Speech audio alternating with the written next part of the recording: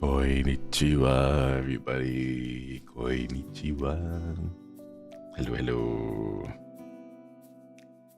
Today is gonna be a little bit of a working stream. I'm gonna be signing some of my checkies today. Yeah. I still have a few left over, and like last time, I need to sit down and properly get through all of them. Mammy, thank you for the gift of memberships. And thanks for viewing the membership. Does your hand hurt from signing? Actually, it does a little bit. I've noticed that my hand gets sore and cramped significantly sooner than it used to, because I'm not that used to writing with my hand anymore, which makes me a little bit sad, because I like, you know, I used to take all my notes by hand. I used to take all my notes by hand, and then like every single thing I would do, it would be by hand, because I don't really take notes by typing them out. So it's like, this is a skill I used to have a long time ago. Fishy Fish, thank you for the 2 months. Okwedi, wish me luck for my morning class. Good luck with your morning class. Good luck, good luck. You got this, I believe. Careful not to get carpal tunnel. I feel that the amount of video games that I play would result in carpal tunnel a bit faster than the cramps from my hand, sadly.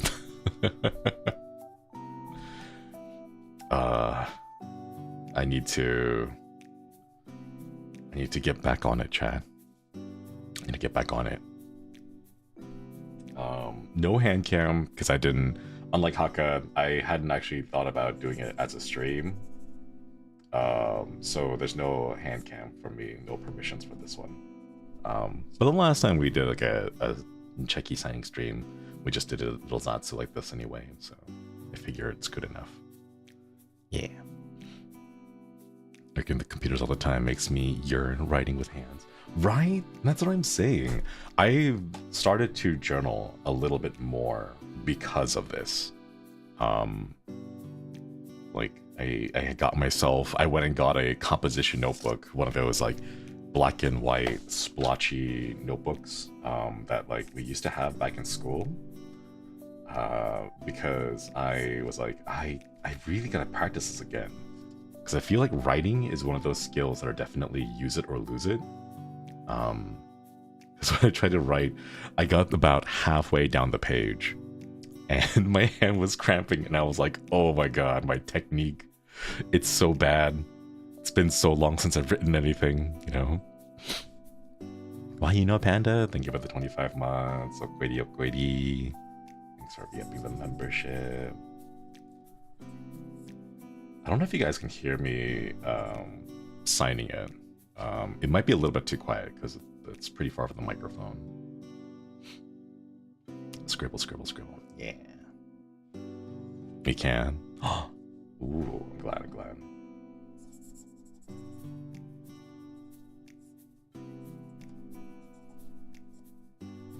We actually,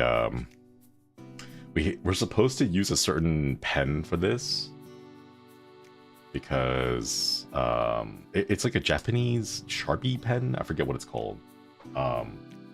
But we didn't have it. I didn't have it, so I'm using a standard golden Sharpie for this one. But I think this one is actually a little nicer because the ink comes, like the writing comes out a bit thicker, so it stands out more. And I kind of like it, you know? Like when you get a Sharpie, I just really like it. I like the Sharpie being thick. Because I feel like that's what a Sharpie should be, you know? It should be really thick and bold so that you can kind of read it from a far distance. Not like, because if it's too thin, it's basically just, what's it called again? Those like gel pens? Where it's not necessarily like a Sharpie, it just looks like someone took a shiny gel pen and then just like scribbled something on there. Metallic? Was it metallic gel pen? I forget. Growing up, I always called them jelly rolls. Or my friends and I used to call them jelly rolls. And they were these like rollerball metallic ink gel pens that we called jelly rolls. And they'd be really shiny looking. Yeah. Survey deck is thinking about the 22 months. Can't wait to receive mine later in the post. I hope you enjoy it. I am writing them right now. I'm a slight thought that came across my mind is like, I wonder if anyone would be so decided as far as to do so, like scan these postcards for like skin cells and fingerprints. Like when you get them in the post, you like put on rubber like latex gloves and you're like, all right, I'm gonna analyze these cards and like try to find Shinri's DNA, like where like his skin cells are left over, you know? I've always thought that was kind of funny, like what if, you know? Thank you so much for re-upping the membership. Don't feed the fish ideas. I don't think people are interested in that. I mean, I've heard some crazy stories. I've heard some crazy stories, chat.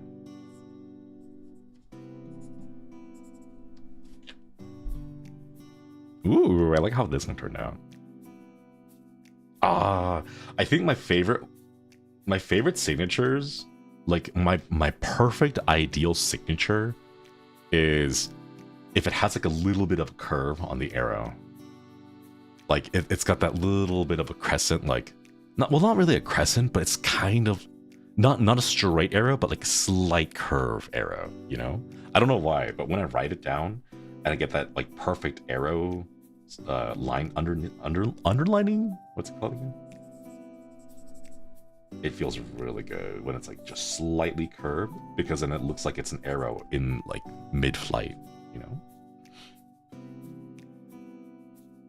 I don't have enough desk space. Or, I mean, I do, but I have other stuff taking up said desk space, so I gotta clear out some parts. Oh my god. I know it's not all cups, not this time.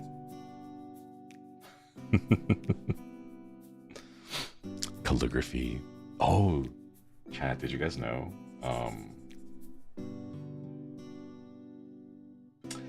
No, I messed up. No. I made the H a little bit too...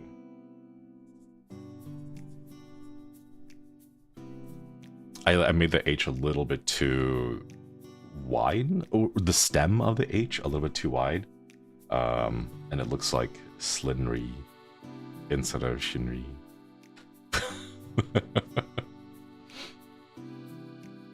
You know, when you're writing cursive, like the S, and then like you go from the S to the H, sometimes it has like a little, like you go a little bit too fast.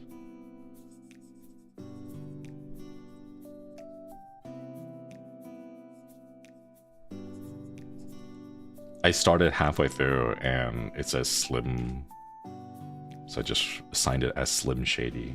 One of you Kois will receive a special misprint, a missigned card that says Slim Shady on it instead of Shinri.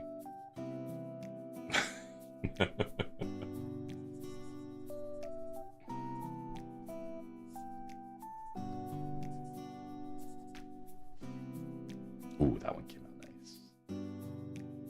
Yeah.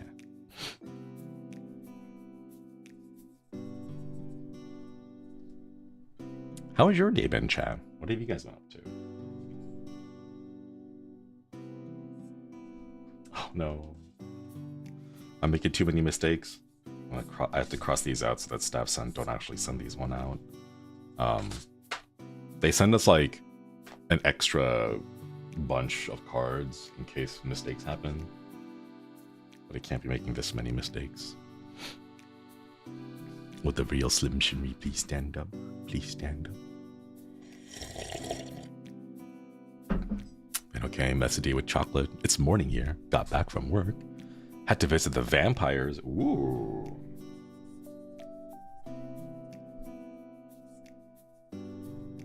Nice, nice. Had a rough day today, mainly with the doctor appointment. Oh no, I'm sorry to hear that. I hope your doctor appointment went well though. An interview? Oh, nice. I hope you make it. I hope you, if it's a job interview, I hope you got it. If it's like a position for like a promotion, I hope you get it too.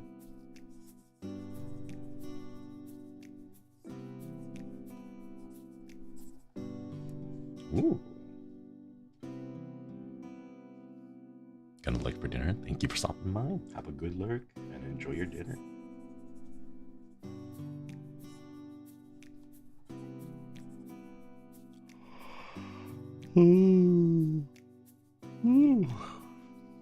Chat, I am so tired. I don't know what happened, but I woke up at like 4:30, 4:50. Around then, like right before 5 a.m. And I was like, why am I up? Why am I up?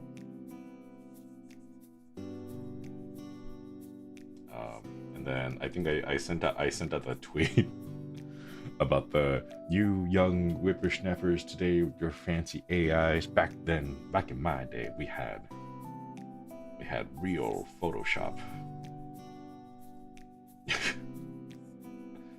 The little picture with the bird and the arms being all like, has science gone too far? Click here to find out. 10 incredible pictures that will make you believe. Yeah, and then it passed back out.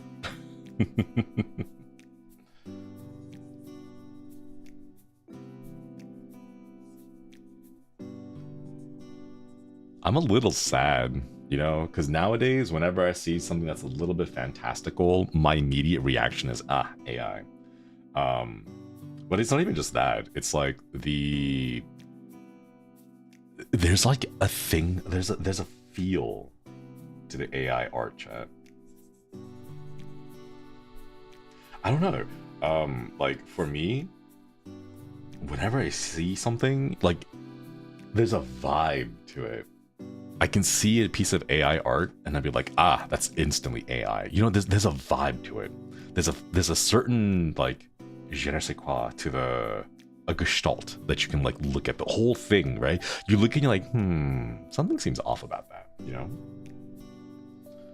And I know, and the weird thing is, for me, my heuristics when it comes to AI art is like, it's very subtle.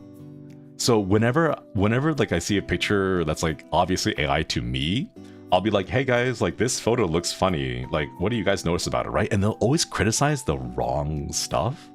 You know, they'll be like, oh, the hand is not like, it shouldn't be like this, or like the wrist positioning is wrong, or like the hips shouldn't be twisted that way. And like, all of that is like, I feel like all of that is just focusing on the wrong details. Like half of the stuff that a lot of people end up pointing out just ends up being stylization issues. Like, they draw that way because that's their style, you know? And I've been seeing more and more people, like legitimate artists getting accused of AI art. And it's like, what? Because for me, I see AI art and I'm like, I know exactly what is wrong with it, you know? And I know what's AI and what's not, right? But there's so many people going around like accusing genuine artists about AI, and they're like, your hand positioning is like this and that, and like the hair should be going around this way, and it's like that. Those aren't the details you need to be focusing on.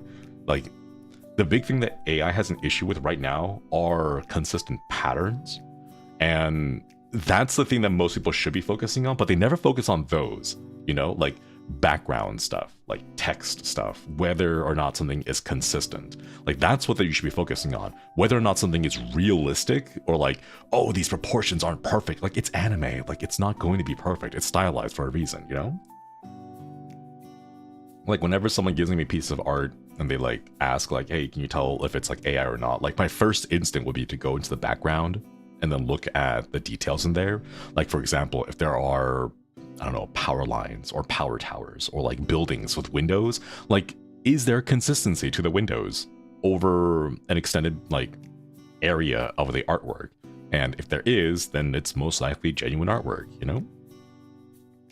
Cloth and hair, from what I've seen, it's I would say yes, it does have an issue with cloth and hair, but specifically about the cloth and hair, it's consistency with the patterns, you know? Like if they have a little bit of lace, you know, are the patterns of the lace consistent throughout the entire thing? Just saying like, oh, you know, the face is off, you know, like that's not definitive enough, you know? The shading is bad. Well, the shading can be a stylization choice by the artist, and given how many artists AI stuff has stolen from, it's hard to definitively just point to just shading on its own. The hair will be going into different directions. I don't know if that's a tell, because like in my own doodles, my own characters, like you see my art, the hair that I draw often ends up going in weird directions, but that's because I'm just not that good of an artist. You know, I feel a lot of people mistake the tells of AI for the tells of a novice artist or like an aspiring artist. Oh yeah, Babylon Goggles, textile historians can clock AI because they mix up time period styles. I don't even know time period styles. If I drew a historical piece, they would be wearing tech wear in like the medieval ages because I think it looks cool, you know? Like, I don't know if you can consistently rely and use that as like you have to, how would I describe this? See, this is the problem. My heuristics are built up in my head, but it's a feeling. It's not like a concrete thing, so I can't tell you. But like, for example, when it comes to telling what's an AI, if you understand how AI puts together artwork, you can start to understand where the issues are with it, but you have to know how it puts the art piece together, you know? Like, for example, here, I'm gonna put my pen away for now just so I can explain. Background consistency. One of the big things that you can use to tell background consistency is there a consistent, you know, vanishing point? That's one of the big things that AI has a difficulty with, because it doesn't build up the background with like a perspective with the vanishing point and then builds the landscape around it, you know, and then places the foreground subject in the middle of the piece, right? Like it doesn't do that, right? Instead, what AI art basically does is it's drawing the entire thing on one layer, and it's not taking into consideration what's background and what's foreground. And because it doesn't take into consideration what's background and foreground, lots of people will have issues with it. Like, I hate to say it, but like the Mona Lisa is probably one of the best examples of things I would look for when I'm looking for AI, because the background of Mona Lisa, the landscape behind her, there are two different vanishing points. The perspectives are wrong on either side of her, because on one end, the horizon angles in a way that's not consistent with the other side. And you can kind of pay attention to like the horizon on her shoulders on either side of her left and right side, and you'll see the inconsistencies. And like, that's the kind of stuff you need to be looking for when it comes to AI. Although, you know, big caveat, you know, literally the Mona Lisa was not AI. So things like that can happen because of artistic choice. But like, most AI air quotes artists are very lazy, you know, so they don't even take into consideration that kind of stuff. So, but yeah. Leonardo da Vinci uses AI. Oh my goodness. Calling him out right now to drop the twitlonger. Wait, do people use twitlongers anymore?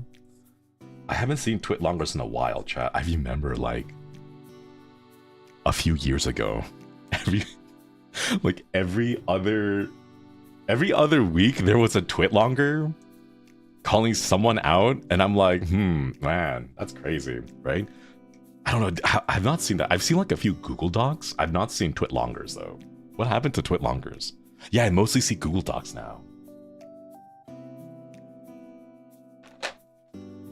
Okay, here's one small set. Not a lot of drama recently. Full 25-page docs. Do you know what I want to do, actually? Speaking of Google Docs, not to call out anyone, but just to work on my old skills, I haven't written an essay in a worryingly long time. Okay, to be fair, I haven't had the need to write an essay, but I haven't written an essay in a long time. So I'm like, do I even remember how to write an essay? And I kind of want to write an essay, but I don't know what to write an essay about. Because like in my mind, I had the toxic trait of like, I used to be a pretty decent student. You know, like back in the day, I got okay grades. I got a 75%, you know, solid smack in the middle C percentile. I used to be good. So like now, yeah, like APA and MLA format, I don't remember those. The only format that I know how to use for citation is specifically Blue Book citations. But that's like law related and only law related citations. I don't know about the rest of them. You saw the citations that I made for the courtroom stream like a month ago. All of those were like proper Blue Book citations because that's the only one I remember now. I don't know any others. The formats, right? But I want to write an essay. Maybe you should try doing an essay and making a video. That's what I was thinking about. Maybe, wait, what if, why write essay? Because I can read it out loud and I can make it a video essay. Ooh, that'd be kind of cool. Do you guys remember did you guys remember the difference between footnotes and endnotes? Man, I remember the difference between footnotes and endnotes. I had a friend who was super into footnotes, not endnotes, because when you make a footnote, it goes in the bottom footer of the page, right? It like an endnote, it goes on the back of the end, right? It's basically like all the citations go at the end of the essay, but footnotes can go on the page that they appear in, right? So he would always adjust the footer dimensions to be like, oh, I'm just putting in footnotes, but he would like make the margins like 0.25 extra inches thicker or whatever to like fill up the page count a bit more. So that's why he really liked footnotes. He didn't like endnotes because endnotes didn't count for the page length, but footnotes did, you know? So he's like, oh, just increase the font. You know, it's not 12 size font, it's 12.5 sized font, right? It's not, you know, 1.0 spacing, it's 1.15 spacing in between, you know? So they would add in a little bit just to pad it out a little bit more. And then, like, around the time we were about to graduate from high school, I got really bored because we were doing, like, AP English essays and stuff, right? We did the math on it. We're like, you're putting in a lot of work to edit the footers of your essays to like pad out the page count. Exactly how much are you saving? And it turned out that over the course of the entire like document that he put together, he saved one paragraph, right? 5 sentences, 5 lines actually worth of space. So it wasn't even that much. You know, you can fluff up like a paragraph worth. Nah, you can BS a paragraph worth of content. That's easy. Huge? No. Oh my goodness. Because the thing is, like, he would spend so much time formatting the thing, making sure that it worked and it looked like passable. And I'm like, the amount of effort you put into trying to stretch out your essay by like increasing the font size and adding the spaces, the amount of work, right? You can just write the paragraph, just fill in the information, you know? Hey, Go Bullet, thank you for the raid. Hello, Bubbies, welcome. Konnichiwa. Congratulations again on your 3D debut. Ooh, Bubby raid, welcome. How are the residents? Were they evil? We're currently doing a little work stream right now. I'm just signing a little bit of my this one's written as Slimri again. No. I'm just doing some signing of my anniversary check keys. Quite evil. He beat the game. Nice. Let's go. I can't wait for Resident Evil 9. They were pretty evil. Residents were very evil. Thank you for asking. But were they cool? Like were they cool cats? What if the evil residents were the friends we made along the way? Were they sexy? The monster designs are kind of cool. I kind of think the monster designs are really awesome. Munri, hello. Thank you so much for being the membership. Okwiri, okwiri. I don't know. There's something about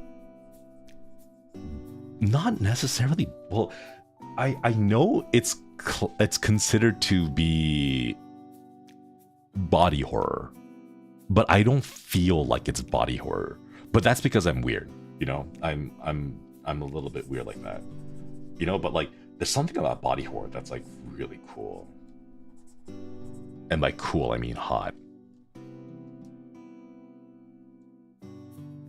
And by hot I mean like attractive. Because I just realized cool and hot were like temperature. So I needed to make it very clear.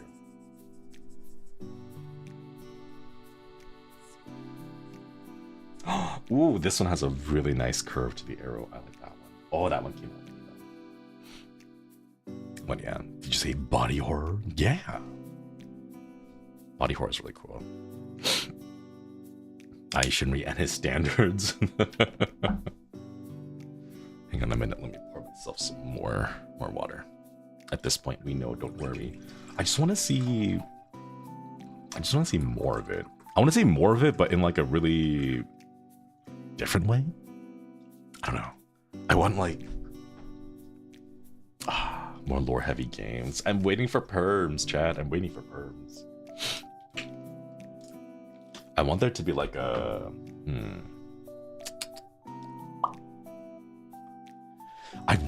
okay, so like one thing that I want to see is like not possession, but like adhesion. Does that make sense? Okay, so like you guys know how like anglerfish mate, right? Are you guys aware of the mating rituals of the anglerfish? So basically the anglerfish kind of like swims around it and does its own thing. The big ones that you see with the little light on its head are the females, and then the tiny ones you can barely tell are like the males. The males will like just swim over and they'll latch onto a female, and then they will like literally fuse. And then the really interesting thing that I've always wondered is what happens to the guy. You know, what happens to the male anglerfish? Like, do they cease being an individual? You know, like okay, so like imagine life as a male anglerfish. You're just kind of swimming, you're doing your own thing, you're eating food, and you're like, oh yeah, cool, right? And then you mate. Like, what happens to your brain? You know, do you stop being your own individual? Do you get like assimilated into like a hive mind-esque? Like, do your brains like meld together and stuff like that? Thank you for the 13 months. I recommend Zygote by Oat Studios on YouTube. I want to write that down. Thank you for the recommendation. Wait, I don't have a piece. Oh wait, no, I'm writing on the paper right now. Okay, let me write that down. Oh, chat, did you guys know? Also, Okwiri, thanks for being a membership. Zygote. Did you guys know? Haka gave me a little gift a while back. Gave me a calligraphy pen and an inkwell to go along with it. And I have no idea how to use a calligraphy pen. But Haka and Omona got together and sent me a little gift of that. So it looks really fancy. I have no idea how to use it though. But that was kind of one of the reasons why I was thinking, and I was like, you know what? It's been a while since I've written anything, so I should start practicing my writing again. That's partly one of the reasons. The glass pen? No, not a glass pen. It's a plastic one, but it has like the nib that you like dip into the inkwell, and then you pull out like a little bit of ink at a time, and then you write with that while the ink is still adhering to the pen nib. Yeah. What if you did a calligraphy learning hand cam? I don't think it's actually that kind of a calligraphy pen. I tried to do the thing where they like did the calligraphy stuff, but it's like a ballpoint. It doesn't, the tip doesn't spread out.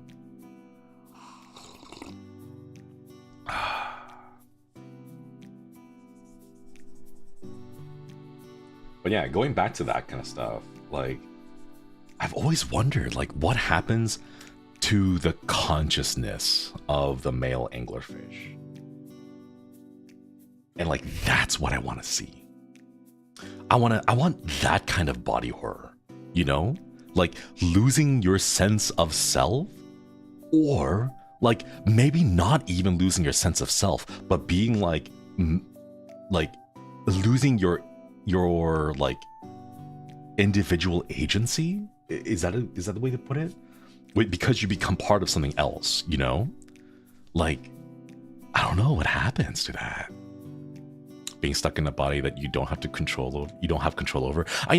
Yes, that, but it's like you're not just being stuck in the body, right? Like you are becoming part of something. What happens to your consciousness at that point, right? Like they fuse, as far as I'm aware, they fuse like blood vessels too, you know? They start sharing the same blood supply, they start sharing the same nutrient supply. So like what does that feel like, you know? What does that sensation like to feel someone else's blood pumping through your veins because you are now fused together? Like, can you hear their thoughts? You know? Or can they hear your thoughts? Like, oh my god, imagine that. Like you like meld with someone, but you hear their thoughts constantly. Like they can't talk to you anymore because they like bite onto you and their mouth fuses with you, so like they don't have a mouth to speak with, right? But like you hear it in their heads, right? And inside your mind, your partner is constantly saying, hey, you want some tacos? I want some tacos. I'm in the mood for tacos. You got the only mouth in the body that we share, so let's get some tacos. Come on, let's get tacos, right? And you're like, no, shut up. I'm trying to do work right now. Like, you know, like think about it. I'm just wondering, like, what would happen if you fused bodies together and you shared the same blood supply? Because like the cravings would still be the same stuff, right? Like if you're craving, it's because of certain chemicals in your body that makes you feel like, you know, like your gut biome and like the bacteria, like it makes you want to crave things, right? So like let's say you're a little bit deficient on like salt, like you've been exercising, you've been sweating, right? And like you lose some of the electrolytes, right? Do both bodies kind of like, do they want salt? Like do they both want to eat something salty? You know, like does it happen? Or like do they still maintain separate consciousnesses and things like that, you know? No, I Bunny, thank you for the 15 months. Upgrady, thanks for the recommend. I'll go cook it. Oh, can't wait to see it. Can't wait. Upgrady. Yeah, sending you my salt cravings. Let's get ribs. You know, like, I'm just wondering. Or like, what if the person that you meld with has irrational fears of stuff?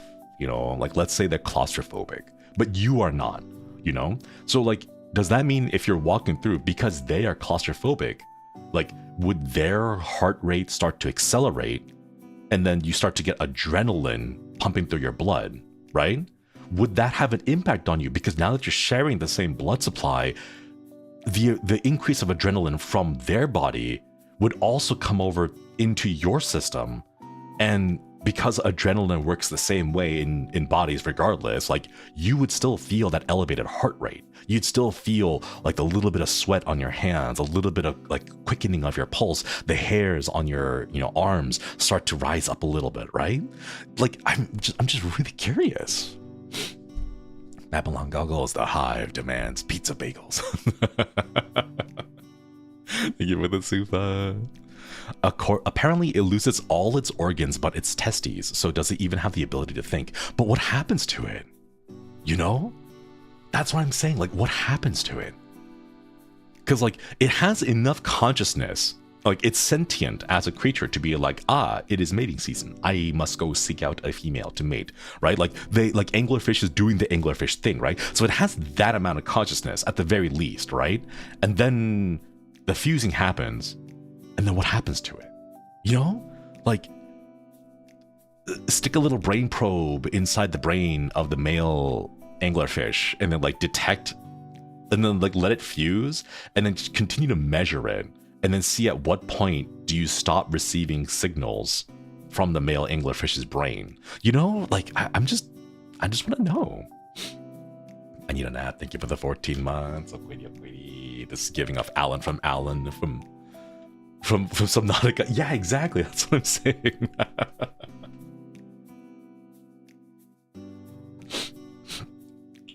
Upgrady. Thanks for re-upping the membership. Sorry, I have to I muted real quick so I can use a nasal spray. I don't think anglerfish think this much. Exactly. Which is why I want to know what it's like if a human can do that.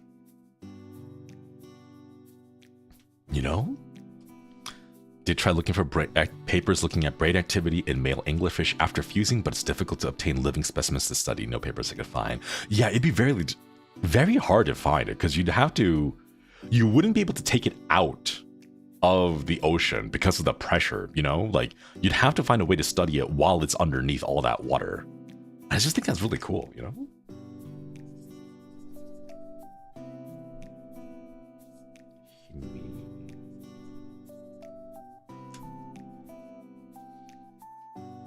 Oh no, Jedi.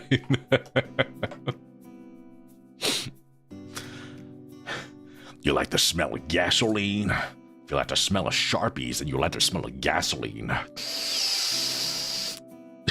Again, the fumes. I have my window open right now for the ventilation, but even then, I still have the fumes of the Sharpie climbing up because I'm writing so much with it. So I just remember. It gives me flashbacks to that one kid. Are you smelling the Sharpie fumes? Yeah, I'm not doing it intentionally. It's just really apparent. Bold? I don't know, what's the word? Pervasive? I can't think of the right word. How would you describe it? It's not like I'm going out of my way to smell it. It's that because of how aggressive the fumes are, I'm still smelling it regardless,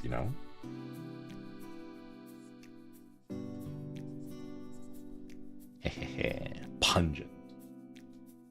Pungent is a good word to describe the strength of the smell, but I wouldn't use it's not the strength of the smell, it's just how fast it disperses itself into my room. That's so it's tangentially there, but not quite the concept I'm trying to convey. I'm not really sure what the word is. I think diffused, silage, maybe pervasive. I think it is pervasive, but pervasive feels like it's a bit too strong of a word for what I'm trying to explain. Because it's not pervasive in the sense of it's going through everything. It's pervasive in the immediate area around my desk. Now it just smells of Sharpie.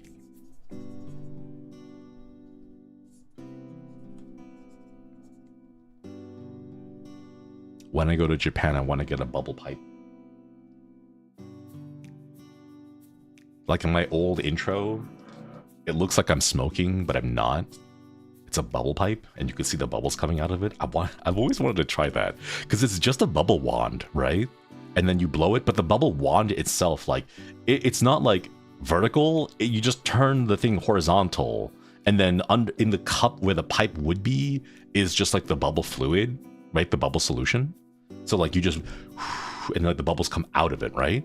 I've always thought that was like a cartoon thing, you know? Gum cigarettes? No, I've had the chocolate ones though. I've had the chocolate cigarettes. Those are funny. I think Kobo Senpai actually gave me a few of those. Last year when we were in Japan, Kobo Senpai visited, and you know the Indonesian snack like taste testing stream that I did with Haka? Kobo Senpai had brought over some Indonesian snacks, and one of them was like a cigarette candy. Oh wait, no, it wasn't chocolate. It wasn't chocolate. It was chalk like. It was like Necco wafers, or like, oh yeah, it was a chocolatey flavor, but it was like crunchy. Like you bit into it and it crumbled like chalk. Yeah. Chocolate. I don't know how to explain it. Yeah, it's like a chalky candy. You know how like Pez or Smarties, like those kind of candies? Yeah, like Necco wafers. Those, you know, it has like that chalky kind of texture to it. It's like a chocolatey flavored version of that chalk. And it was in the shape of a cigarette. I remember it being pretty good. It was tasty. Was it Sticko? Maybe? Hang on. A little powdery? Yeah, a little powdery. Sticko candy? No, not really like those. Let's see. Maybe it's Indonesian like cigarette candy? Where's my mouse? I put my mouse away. Okay. Let me see if there's like images.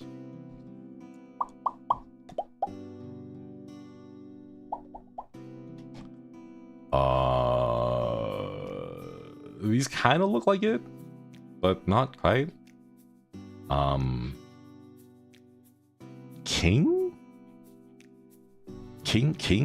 King's candy? Small little red box. Some of them look like they're white boxes with red in stuff in there. But yeah, like those kind. Astor? Wait. Astor? No, not those.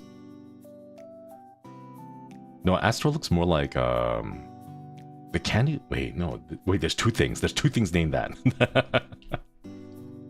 No, I don't know what it's called. I think it was King Candy cigarettes. I think it was that one. I don't remember. Maybe Hakan remembers, but I'm not sure. Wait.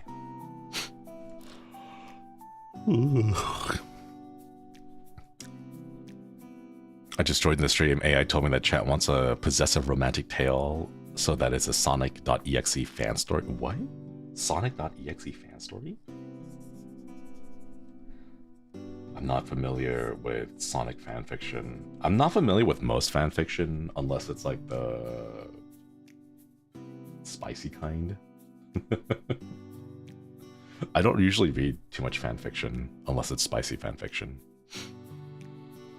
Yeah, unless it's AO3. Oh no, I poisoned the AI? Good. Keep poisoning it. Keep poisoning it. Small rant, chat. Small rant. Small vent. I hate that my life has kind of ended up flipping in a weird way, like upside down, backward, reversed. I don't know. So, okay, let me tell you the context. The context is I remember growing up and my parents telling me, you know, be careful what you see on the internet. There are people out there that'll kill you because they're, you know, they're going to hunt you down and find who you are and where you live. So whenever someone's like ASL, you don't tell them the truth. Don't tell them your real age. Don't tell them your real location, right? Like if they say ASL, make something up. You know, like that's what that's the stuff I was raised up on. Okay. For those of you who do not know, ASL is a thing that we used to use as a like a greeting online, where it stood for age, sex, and location, because the internet was like fresh and new, right? So in order to like kind of figure out who the person is that we're talking to, we, you know, asked ASL, right? And then you would see like, I don't know, how old was I back then? Like 14 M Elysium, you know? And then you'd be like, okay, cool. Like, great. I'm 42 M Ohio. And I was like, oh, no. What's a grown-ass man doing talking to me? Like, no. And then I would quickly run away, you know? So, like, you said your real age? I was a baby back then, you know? Like, I didn't know. The internet was a fresh new thing, and we didn't have all those, you know, little rules set in place. So it was kind of like, whoa, this is weird. And people treated it more like I don't know, just like coming across strangers in the Wild West, you know? But nowadays, you know, the internet etiquette has changed. The norms of how to engage with people has already been set, you know? But back then it was kind of crazy. Early internet was the Wild West. It was. So I grew up having a lot of times being told, like, hey, you know, be careful what you see online. Be careful of the people that you meet. If something seems too good to be true, it most likely is. It's a scam. You know, be cautious, right? So I grew up hearing that kind of stuff from adults. And now that I am, well, supposedly an adult, I find that I spend so much time trying to protect my parents from scams. And it's like, you were the people who told me to be skeptical and suspicious and not to trust everything you see online. And now it's like, how are you falling for every single thing? You know? Adults used to warn us about the internet, and now our parents fall for all of it. Right? That's what I'm saying. And it's like, I don't have time for this. I can't be teaching, you know, my parents all of the heuristics of just like online scammers, like the red flags and what to watch out for. Like, because for me, like, I've lived on the internet for this long, so like, you know, when I see someone talk about like the Nigerian prince, right? Like, we all know instinctively what that kind of a scam is, you know, like how it works, how it manipulates people, how it picks people, how like intentionally has typos or grammatical misspellings and errors and stuff like that. Because if you're smart enough to catch those, you're smart enough to know that it's a scam and therefore not fall for it.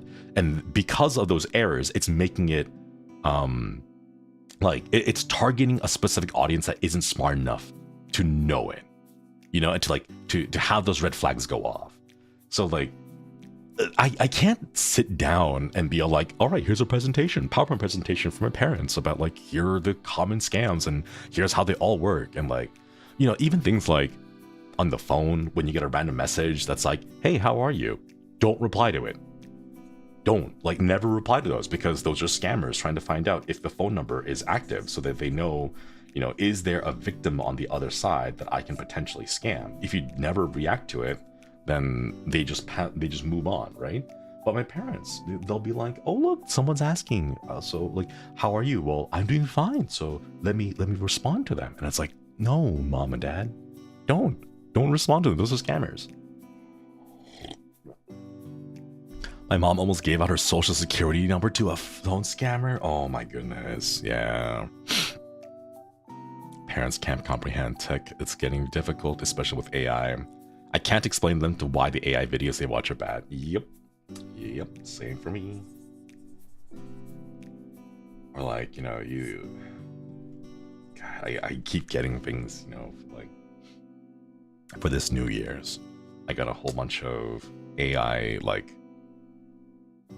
postcards-esque stuff from the parents, and they were like, Happy New Year, Happy 2025, and it's all AI stuff, right? And then they'd be They would do things like, look at this incredible sculpture that this 7-year-old kid made. And it's like this giant tiger made out of bottles. And it's like, no, mom, dad, no, that's not real. No, like, just look at it. Like, oh my God. But yeah, that's my rant, because, you know, sadly, half of my interactions with my parents now involve me just going around protecting them from scams and making sure they don't fall for AI stuff.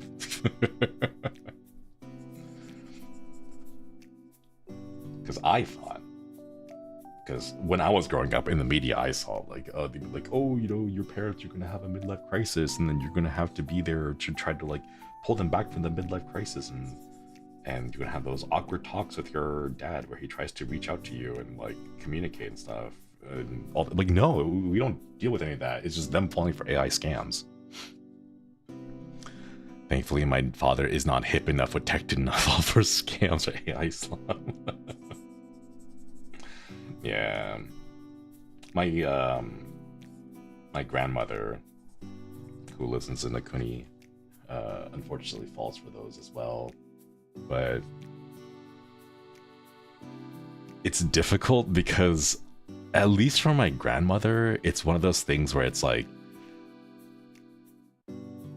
I don't think they are like, as long as she's not falling for a scam, it's not harming her, you know? So like, I don't worry too much, because for her, it's mostly just like, I'm looking at these really fun, interesting pictures and videos, and they're really cool, haha, you know? And then that's it. That's the entirety of the thought process. It doesn't go any further than that, right? So I'm like, I suppose there's no harm there, you know? My grandparents are so old, they don't even comprehend the TV very well. Yeah. Like, my grandmother has a PC, but she only uses it to, like, watch YouTube videos on autoplay. Beyond that, she doesn't know how to do anything else. I mean, like, it's not like she's actively, like, clicking on videos. It's just there, constantly on, 24/7, autoplaying. Aaron, thank you so much for the super. One of the worst fights I've had with my old man was screaming when he wanted to buy a 2017 Ford truck for $5K that eBay would only hold for 5 hours. I said, now I know why I'm so dense to get it from you. Oh no. There's no nice way to like grab them and then just shake them a little bit and be all like, why? You know, like, parent, why? Thank you for the super, though. That's really frustrating. Chanmi, thank you for the 14 months. Quady. Thank you for being you and helping me survive 2 winters. Yeah. I hope you continue to survive additional winters. I hope I continue to survive additional winters as well. Thank you so much for reaping the membership. Quady. Sometimes you wish you could slap your parents, but then you remember they're your parents. Yeah.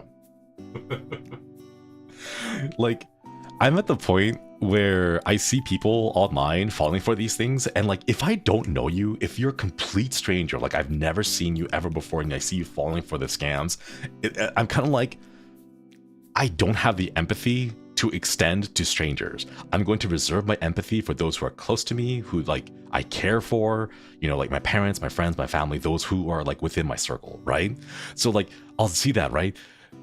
And like, when I see my parents falling for scams, it's like, my knee-jerk reaction is to just be like, wow, tough shit, right? But like, I know because they're my parents, I can't just like brush it aside, you know, like I have to go and fix it. I have to go and fix it. Super Neo King, thank you for the super. Dad had us watch it 26 minutes. You'll never believe this animal video. It was all AI. We pointed out the mistake and he said, what matters is that you have fun. I was like, surely there are better videos. Oh my God. Oh my God. Oof. Yeah. So real, the kid is melting into the puppy, but my parents can't tell. Yeah, that it is what it is. It is what it is. Diamond Blue Book, thank you so much for re-upping the membership. Welcome back. Frustrations with old people is that they aren't able to do basic stuff with phones, but somehow able to order scammy stuff for the internet. On one hand, yes. On the other hand, it's kind of almost impressive. Okay, it's impressive in a bad way, right? Let me explain. I never worked for a game company. I used to be part of like an alpha tester community that would be contracted out to game companies. So basically what they would do is like a small indie studio would say, hey, we're looking for play testers for this upcoming game. Do you guys have some game testers, right? And this agency would be like, oh yeah, sure. We have like a group of like 50 people here. If you give us like 20 codes, we'll just hand them out and then they'll play test the game for you and then give it back to you and stuff like that, right? So like I used to do that kind of stuff, right? And this game company made this game. I'm still under NDA because it's like a 10-year NDA. Doesn't really matter. It doesn't matter what the game was, right? But like the tutorials some of these games had were very, very bad. Very bad. Like the only reason I was able to play them is because I have been a gamer for a long time, that I kind of understand the mechanics intuitively of like any game that I play, you know? But like some of these are like really, really bad, right? So there's that. But going back to the previous topic, the tutorials that the scammers make when they scam elderly people are so good. You know, like, have you ever tried to explain cryptocurrency to your grandparents? Do you know how difficult that is, right? But when a scammer scams the grandparents with cryptocurrency, they manage to pull it off. They teach the grandparents exactly how to make a wallet, how to get the money, how to transfer the funds. Like, how the hell do you, like, how good are you at teaching the elderly that you can teach them how to get scammed with crypto? Right? Like, you have to give credit what credit is due. That's kind of impressive, right? I would never be able to teach my grandparents how to use crypto, right? But these scammers can do that in about 15 minutes over a phone call. Like, yeah, that's what I'm saying, right? You think they would put that skills to better use? Like that is a talent. Imagine being so good at taking a complex concept and dumbing it down so that a grandparent who doesn't know anything about technology can still get scammed. Like, wow, please put that to a productive, constructive use to society. Like, that's a really powerful skill to have, you know? So like, props where props are due, I suppose. Like, horrible use of power, absolutely evil, right? But like, hey, you know, there are high school teachers who can't even do that. Finn the Fool, thank you for joining the collective. Welcome. Okwiri, hope you enjoy the channel badge and the emotes. Yeah. Probably more motivated in the horrifying way. Yeah, true. I don't want to cure cancer. I want to make dinosaurs. Oh my god. Really though, really. Oh man. Is there anyone who actually earned real money from crypto? Not that I know of. Every single one of my friends lost money on it, and that's why I never participated. I just stood from the sidelines watching them. Some of them have made interesting decisions. They'll be like, hey, I won this much money from blah, blah, blah. Or like, I got a promotion from my job, and then I'm going to use it all on crypto because I can make more money from it. And it's like, I don't know, man. If any kind of a decision is based off of hype, I am a little bit concerned, you know, because hype is a temporary thing, right? You get really excited, get energy, but you're like, whoa, let's go, right? And then it doesn't end up like lasting, you know? But man, if they put that talent to good use, could you imagine, you know? Like, if you can teach an elderly person to get scammed with crypto in 15 minutes over the phone call, like what if you made a video teaching people how to like balance their checkbooks or like file your taxes, you know, in 15 minutes? Like, man, it could be so powerful. You can go and make it like a YouTube video or YouTube channel about like, hey, here's all the really cool stuff that you could learn about. And do it like in 15 minutes or something, you know? The scammer went through the trouble of hijacking accounts of actual Samsung employees first. Oh my god. Father, what is your opinion of the Stanley tumbler? One is enough. Anyone who buys more than one for themselves is missing the point of this of a reusable water bottle. Because one is enough. Like I've seen people like do like the whole like, oh, I have like 50 of these things, and it's like, I don't know, man. You don't look like someone who hydrates that effectively. If you have 12 of those cups and just in multiple colors, I'm like, really? But yeah, kind of scared to think Japan is mostly comprised of elderly, so more likely that there are online phone scammers in Japan. I wouldn't be surprised. It's happening all over the place. It's a phenomenon that's, you know, pretty prevalent, just internationally. I don't know. For me, I try not to get in like swept up in the hype of that kind of stuff. That's because I'm just, you know, getting up there. Have you seen the Magical Girl ad that warns people of not getting scammed by contracts? Not that I'm aware of. I haven't seen that one before. Man. The way so many people fill their reusable cup with disposable water bottles kills me. I've seen that. And, oh my god.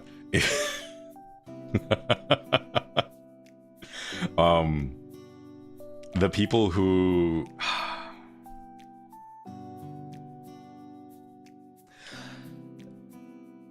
It's advertising. It's advertising. It's not necessarily propaganda, but it's just advertising, right? The whole advertising about like, buy bottled water. Bottled water is air quotes, like it's healthier, it's cleaner, it's bottled from the source or whatever the heck, right?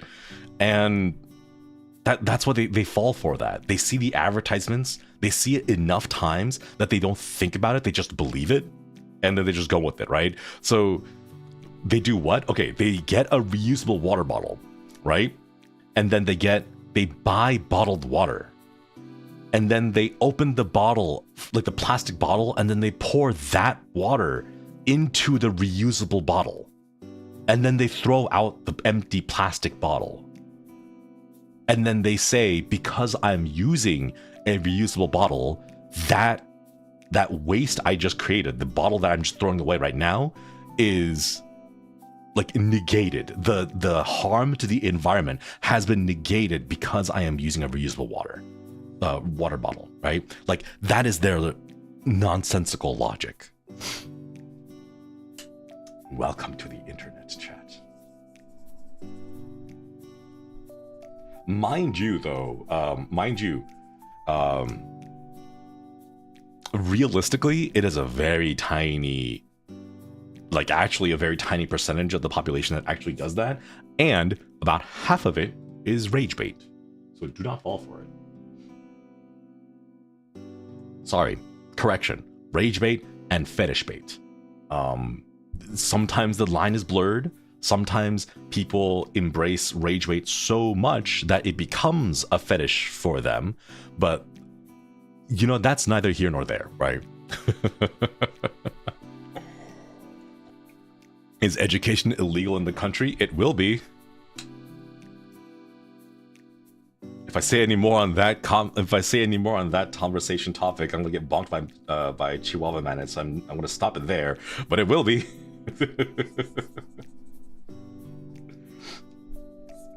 Anyways, getting back to signing these checkies. I want to know, like, what do you guys use to like frame these checkies? You know? I recently, or not recently, well, I like recently in the grand scheme of things, about 5 years ago, during the Panini, you know how like everyone like, you get that little white paper for like the vaccine, like you like write down the information and stuff like that, right? I got that little form, and then I framed it because I was like, hey, like this is a once in a generation. Well, no, I shouldn't say that. We've lived through quite a lot of once in a generation things, like once in a like supposedly big historical event, right? So I'm like, this is kind of cool, right? Like if I survived, like, I don't know, the measles outbreak or something, right? I'd be like, I want a little souvenir to say that I survived that. Like I want to be able to, you know, show my future Tamagotchis, like who can have children of this kind, right? I want to show my future Tamagotchis, like, hey, gather around, children. Let me show you my souvenirs from the historical events I survived, right? And I want to just like show those off, right? And there's this really cool like frame. It's like two pieces of clear plastic with like magnets on the corners that like click together, and it's not sealed, but it just clicks together and holds the sheet on the middle inside it, because they're just clear like plastic blocks, and it looks really neat, you know. And I have it framed, and I want to make sure I save it and keep it, because, you know, like nowadays you go back and you look at the what's it? Oh yeah, the misnamed Spanish influenza from like the 1913s. I forget. It was really early in the 1900s, very early. And you know how there's like old photographs and they're like paper, like just like documents and stuff. 1920s, yeah, post World War I, right? So like those kind of like there's just, you know, really cool memorabilia about that time, you know, and just my family framed and sealed. Oh, 2019 toilet paper. Let's go. Let's go. I have a small collection of brand named cereal scented hand sanitizer. Because I was like, there's no way people are this stupid that you would make Cinnamon Toast Crunch scented hand sanitizer. There's no way you are that stupid, right? But they were, and they made it. So now I have a small collection of cereal scented hand sanitizers, because why would you ever make cereal scented hand sanitizers?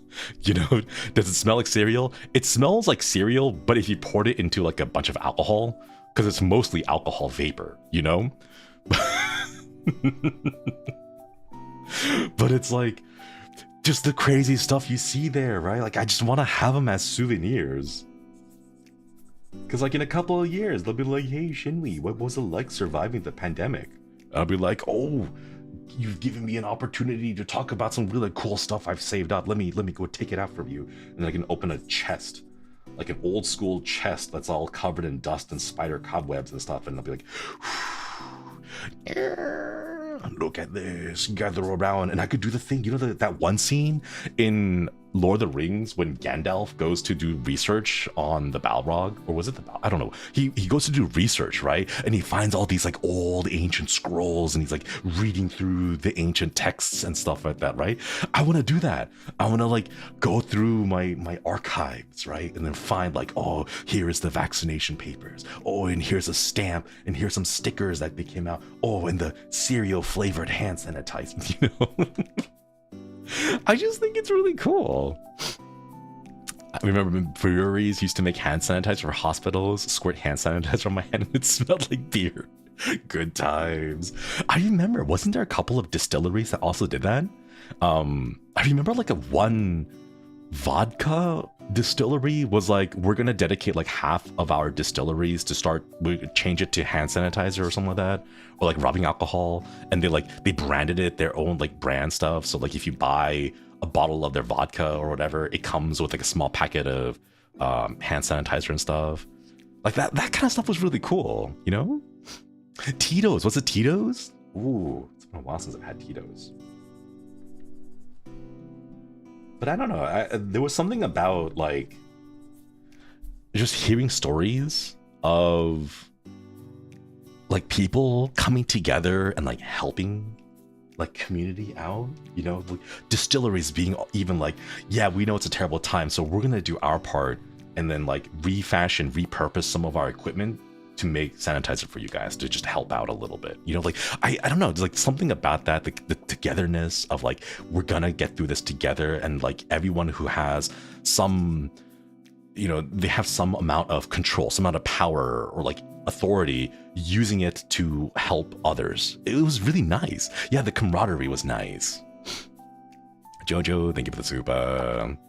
As someone who worked during that time during the ER, there was a shortage of hand sanitizer. We had vodka, gin, tequila, and something as well. Fun times. Oh my goodness. If it were me, I would be working there, and just every now and then I'd be like, no, I can't use this as hand sanitizer. I just need it as a drink. Just, you know, just take a swig of it.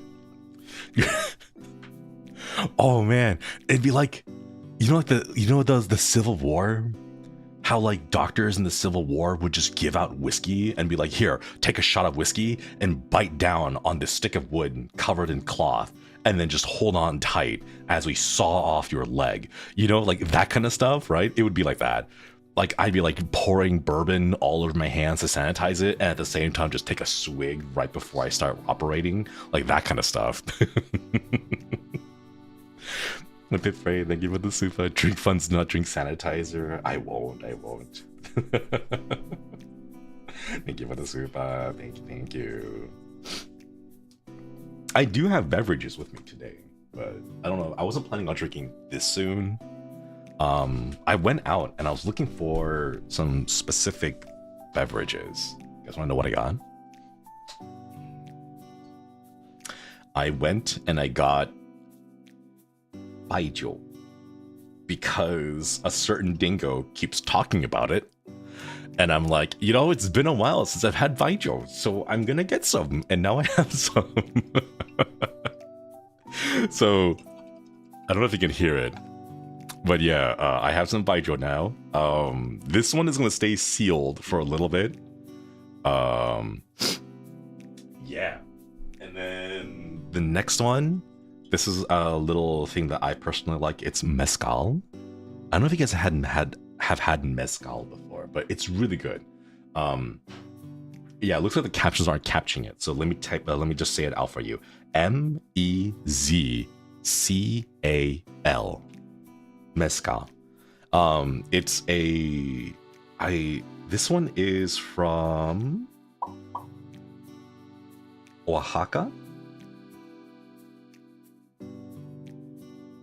Mexico. Yeah, Oaxaca, Mexico. It's like, how would you describe it? It's very fruity. It's very earthy. It's made from the agave plants, I believe. It's really tasty. It's really nice. Like a stronger tequila. Yeah, like a stronger tequila. But I wouldn't drink it on its own. I would only drink it by adding some water to it, because you want to open up the flavors. You want to open it up a bit. Next one, I have Shield Dog. I don't know if I'm pronouncing that correctly. Shield Dog, Speyside single malt Scotch whiskey, because it's good. I like Scotch whiskeys. It's nice, you know. It smells so peaty. I like it. I like the ones that smell super peaty or like taste really peaty, I love, but they're also the most expensive ones, so I can't really afford those. Shield Dog. Yeah, Shield Dog. This one is spelled SHIELDAIG.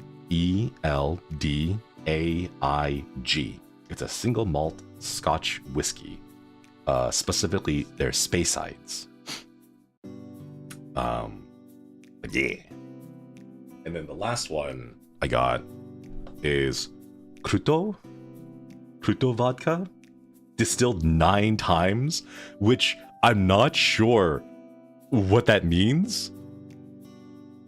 Like, I feel like at some point, if you distill something 9 times, the last like 4 of those distillations is just for show. You know, it's just like you're just showing off at that point, you know, like, oh, we have vodka, it's 97 times distilled. And it's like, what? Like, what? Yeah. So, like, I don't know. Kruto is Kruto, vodka. Just means a bigger price. This one wasn't actually that expensive. This one was only $19.99 for a handle, which is 1.75 liters. What are you distilling off of that point? Water, right? That's what I'm saying. Like, what? At some point, what are you distilling? 9 times?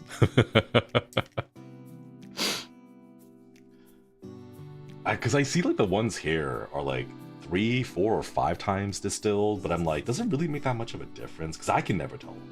Vodka always tastes like vodka no matter what. Is just potato. When I went to Mexico, specifically Tamaulipas, I had some of the purest tequila made from there. Ooh, flavor was so smooth and tastes so pure as well. I'm so tempted. I want to go visit. I want to, like, it's close by. You know, like I could just go take a week, travel over there, scoop up some and come back. Actually, I don't know if I can bring it back, but like I'm tempted to. It's so distilled, it works like internal sanitizer. I hear that's pretty bad for you though. Like you don't want to ingest too many things that sanitize because gut bacteria is good. Did you guys hear about like the gut bacteria fecal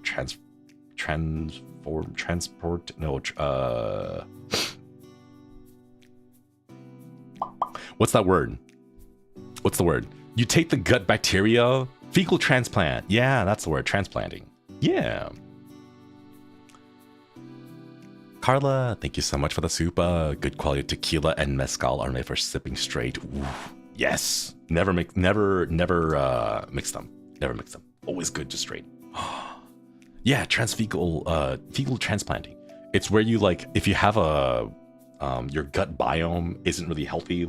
Say for example, like you had a bacterial infection and you went on a regimen of antibiotics. You know, like let's say you have an abscess, you know, somewhere like in your muscles or maybe in your gums or like, I don't know, like some kind of bacterial infection, like sinus infection, right?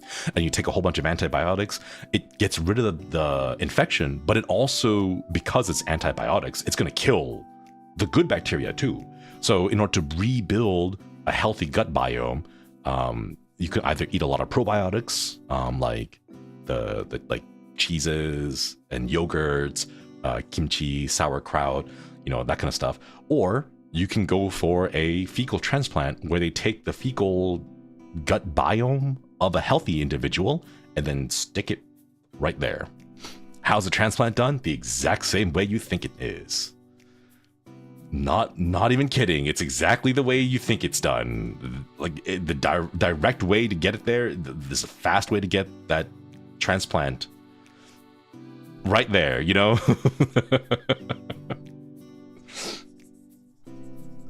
But yeah, however you imagine it, the transplant to be done, it's basically that. But it's not poop. You're not actually receiving poop, okay? Yeah, it's a suppository, right? It's not actual poop. Okay, they're not just grabbing someone's poop and then tossing it in there, right? It's like a pill, like a suppository, you know. And they have to make time delayed pills now. Yeah, those too. I'll take the kimchi. I want to get some. Like what other types of like fermented foods are there? I know I keep mentioning this in the past, but like fermented foods are really cool. Especially like different cultures' fermented foods. I don't want to get onto food conversations too often, but I don't know. Historically, culturally, geographically, I think the way that different cultures preserve their foods is like the coolest thing ever. They just reverse waffle stomp it. No. No, not the reverse waffle stomp. Oh my god. It wouldn't make sense unless you had like a waffle there, like a waffle grate. Because that's what the waffle stomp part comes from, you know? Mashed sauerkraut is very good. Highly recommend using a Dutch recipe for it. Ooh. What's the difference? I know there's like sauerkraut that they put onto Polish dogs. They're not necessarily hot dogs. I personally don't understand the difference between a hot dog and a Polish dog, but I guess culinarily there apparently is a difference. But I know some Polish dogs are served with sauerkraut. I don't know what the difference is. I don't know how they eat it in other places. Yeah, me neither. I really dislike things fermented in vinegar. You mean pickles? But pickles are so good. I love pickles. God, the tanginess of the vinegar. Oh no. Chad, I didn't wait for it to dry completely. So one of the checkies has like a giant orange smear on the back because the card underneath it wasn't fully dried and it's smeared along the backside. Oh man. Okay, let's mark this one as NG for staff. No. Ultra rare variant? No. Sadly, I believe the ones that do have mistakes end up getting destroyed. They just like toss them into a shredder and burn it. I sell it for millions. It has a little skid. No.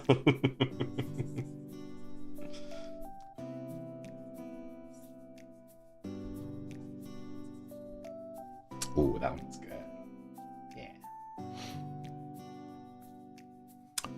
My mind thought you meant actual dogs and not hot dogs and wonder why they were eating puppies. No. I'm not sure why they called it that. Leave a kiss mark, Shinri. I actually thought about that. I actually thought about it. I asked Manachan if I could like add like a special thing, and staff Sam were like, no, please leave it as just a signature. You're not allowed to add anything else to it. So I was like, oh man. But yeah, staff was like, no, but you know. No special cards, no. Sadly not. Saliva markings. No DNA for us to clone. I would be very impressed if you guys cloned me. Because it would be really fun to watch a clone of myself grow up in this time, in this day and age. I don't know. I think it would be really cool. Like exactly how much nature versus nurture takes place between like me now and me clone, but 30 years in like slower, 30 years afterwards. I don't know. The idea is really cool. Kiss mark and invisible ink. Oh wait, could you do that? What's invisible ink that you could like leave a kiss mark on with? Was it lemon juice?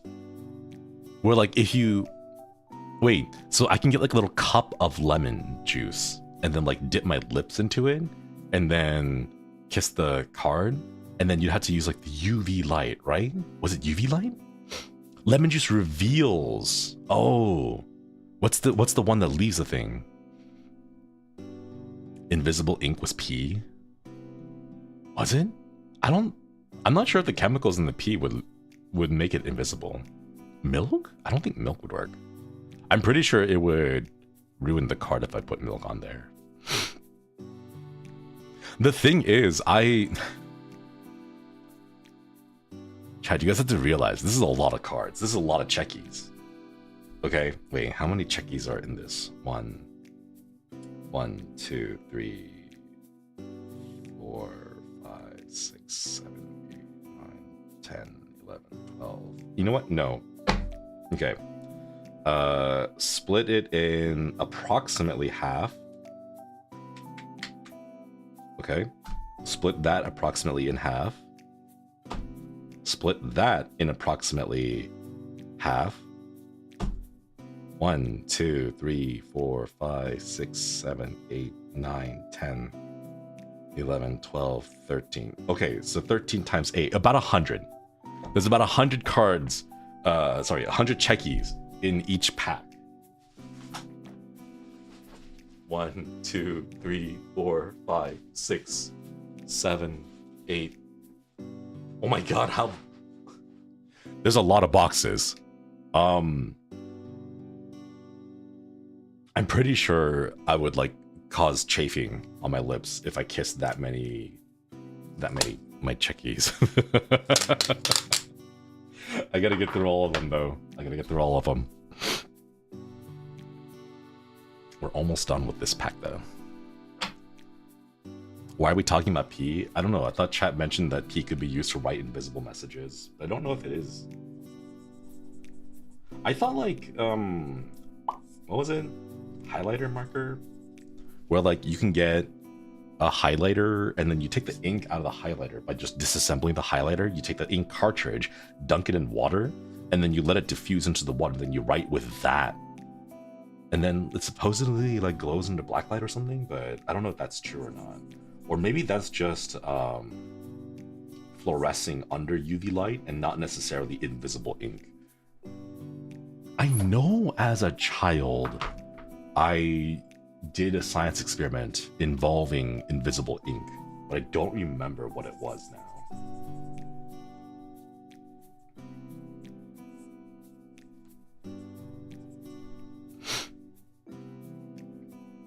Consider that you can kiss them anyways.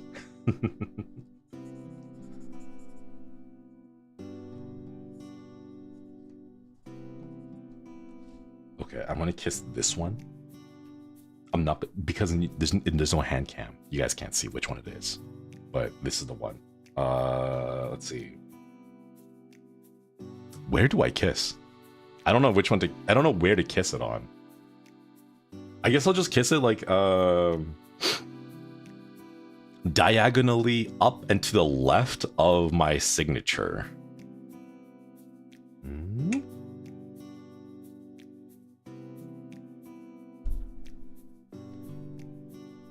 I don't see any mark on it, actually. There's nothing on there. There's no imprint, there's no... Yeah, I can't tell, but this one has it. I can't tell. You know what? If I can't tell, then staff SAN can't tell. Unless they somehow, like, carefully calculated watching the VOD. They were like, okay, we can hear him signing these. So reverse engineering and reverse calculating which cards he was signing at this time, we're gonna narrow it down to these small collection of cards which can contain the one that he kissed, and then we'll throw that one away because they all need to be the same. I don't know.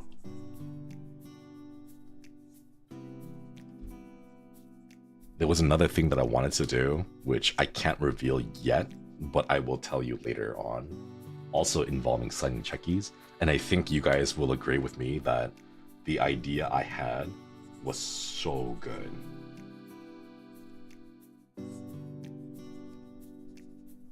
But that's for the future. You guys won't know yet. They all have their forensic labs to find out which one they kissed. I would be impressed if they did. I would be very impressed. There we go. All right. I'm just gonna chill now. Cause I got to wait for the ink to finish drying, so I'm just gonna wait. I finished one of the boxes. Checky Invisible Ink Geocache campaign.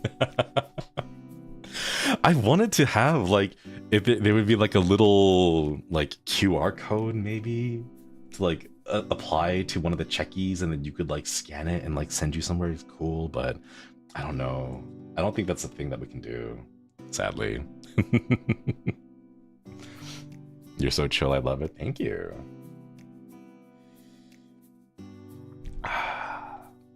Staff Sound could put a whole deal about removing that one, and my Delulu will still stand that's in there. Who knows, chat? Maybe if I shuffle it well enough, it'll be hidden, and Staff Sound will never find out. Reminds me of fighting Bill's Cypher Quest when Gravity Falls ended. Right! Oh my god, I love those ARGs. Those are fun. I miss those. I remember when the Gravity Falls art book came out, the official art book, there was a small resurgence of hype and excitement about Gravity Falls that came back. And then a whole bunch of I forgot what the name was. The Grunkle Stan and Stanford, like, the fanfics came out around that time. Okay, careful. Place them back in the box. They're all padded, so they have like these bubble wrap all over the inside of it. Did you read the Bill book? No, I never got it myself. I'm just gonna write NG on these just to let your staff-san knows not to send these ones out because they were errors. I used to experiment with AR back when I was studying. Sadly, it never took off and I switched to another subject. Oh no. I'm a little like, I'm a little bit sad that AR stuff never really took off. I've always thought AR stuff was really cool, but like I could never figure out when a good use case would be outside of like entertainment, specifically for like ARG type games. You know, I know there's a few really neat ones where it's like, certain websites will you like if you're buying furniture. They'll be like, hey, like take your phone out and then we'll do like this AR kind of estimation of like how big the bed would look like when you like aim your camera in your room, you know? Like I know some places utilize AR in that way, and that's kind of cool. You know, like, hey, you know, would these curtains fit my room, right? AR, you point it at the room you have and then it'll like kind of superimpose the image of whatever the curtains kind of look like, right? Like that kind of stuff is neat. But beyond that, I don't know. I don't know if there really is a big use case for AR. A smart use of it? Yeah. Nintendo will never do that again. I'm so sad.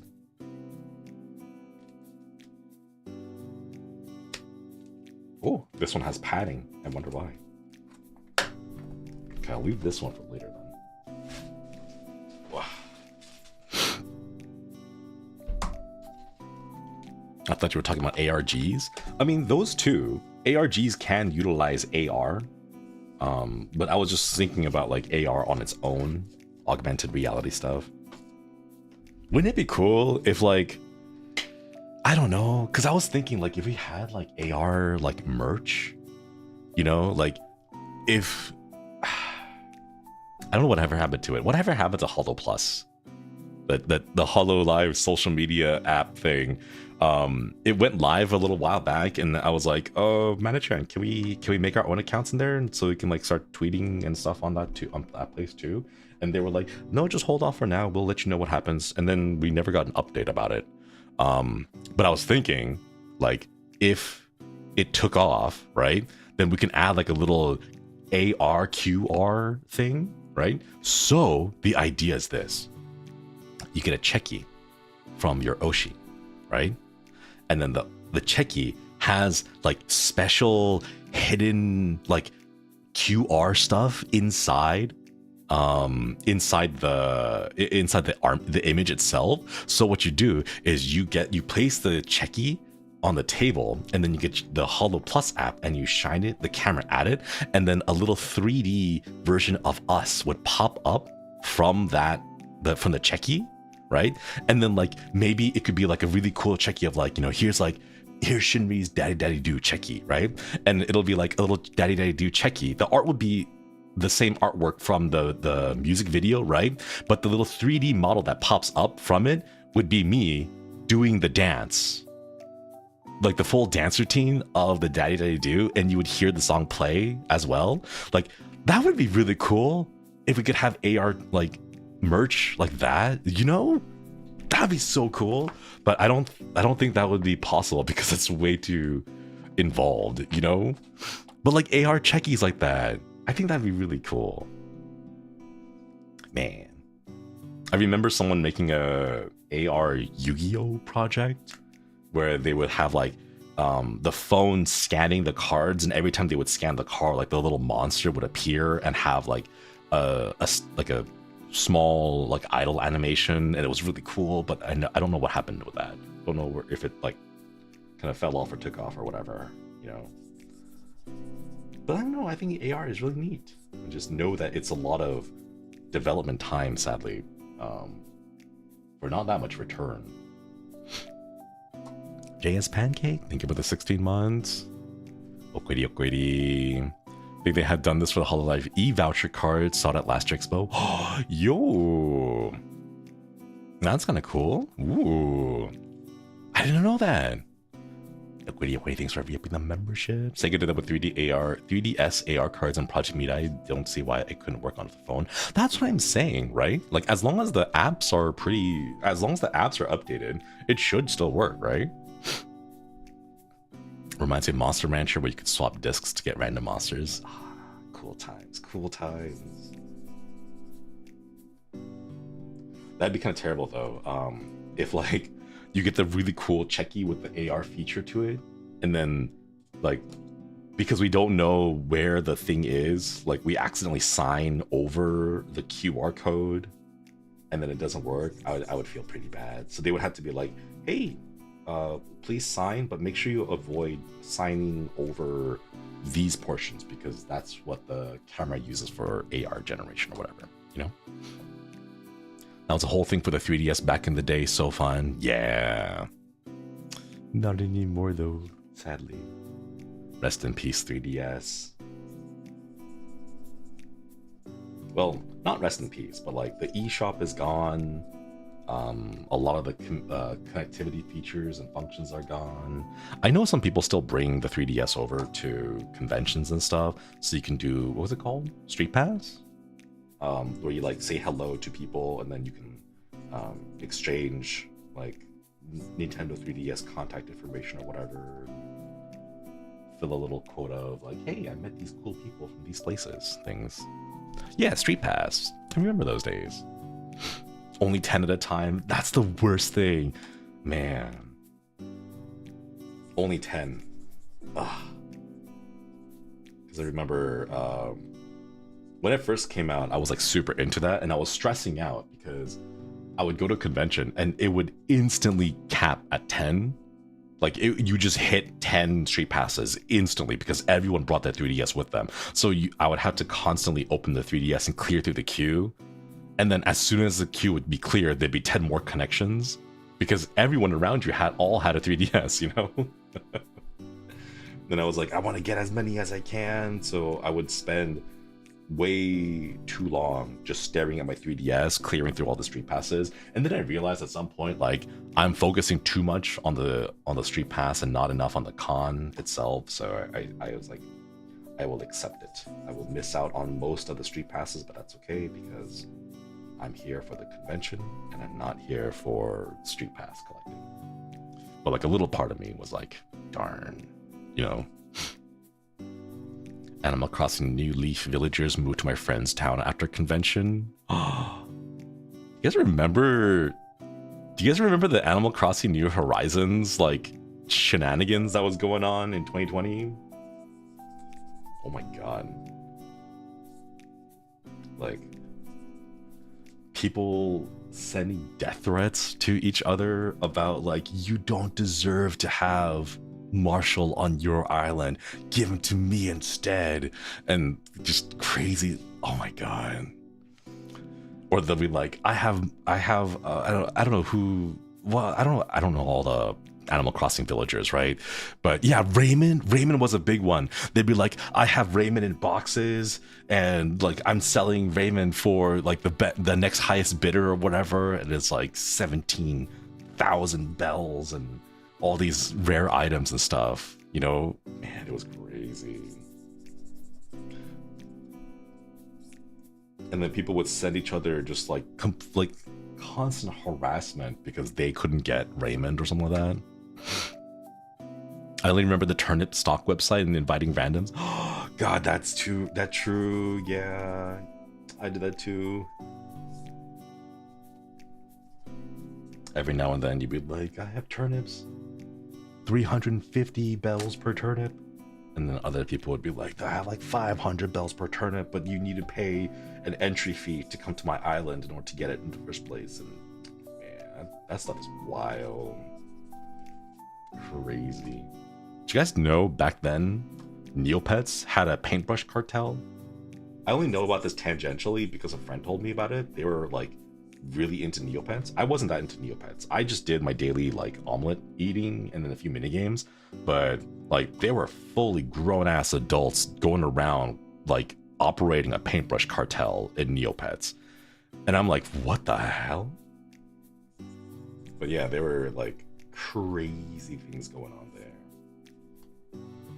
I'm kind of glad that I never really got that into it, but like part of me just makes me like, it makes me think like, man, some people out there taking it real seriously. I never got a brush. I got a couple of the common brushes, the ones that are solid colors, but I never got any of the brushes that were like fancy, the high demand patterns. Never got those. Neopets and a whole black market thing going on. Yeah. Complete like cartel behavior, like people doxing each other and finding out like personal addresses and stuff. Absolutely wild. Apparently there was also something like that for Gaia Online, but again, like I also never really learned too much about that, but I just knew, like I heard that it existed back then. Like people who would farm points and then buy expensive like outfit accessories. I don't know what they were.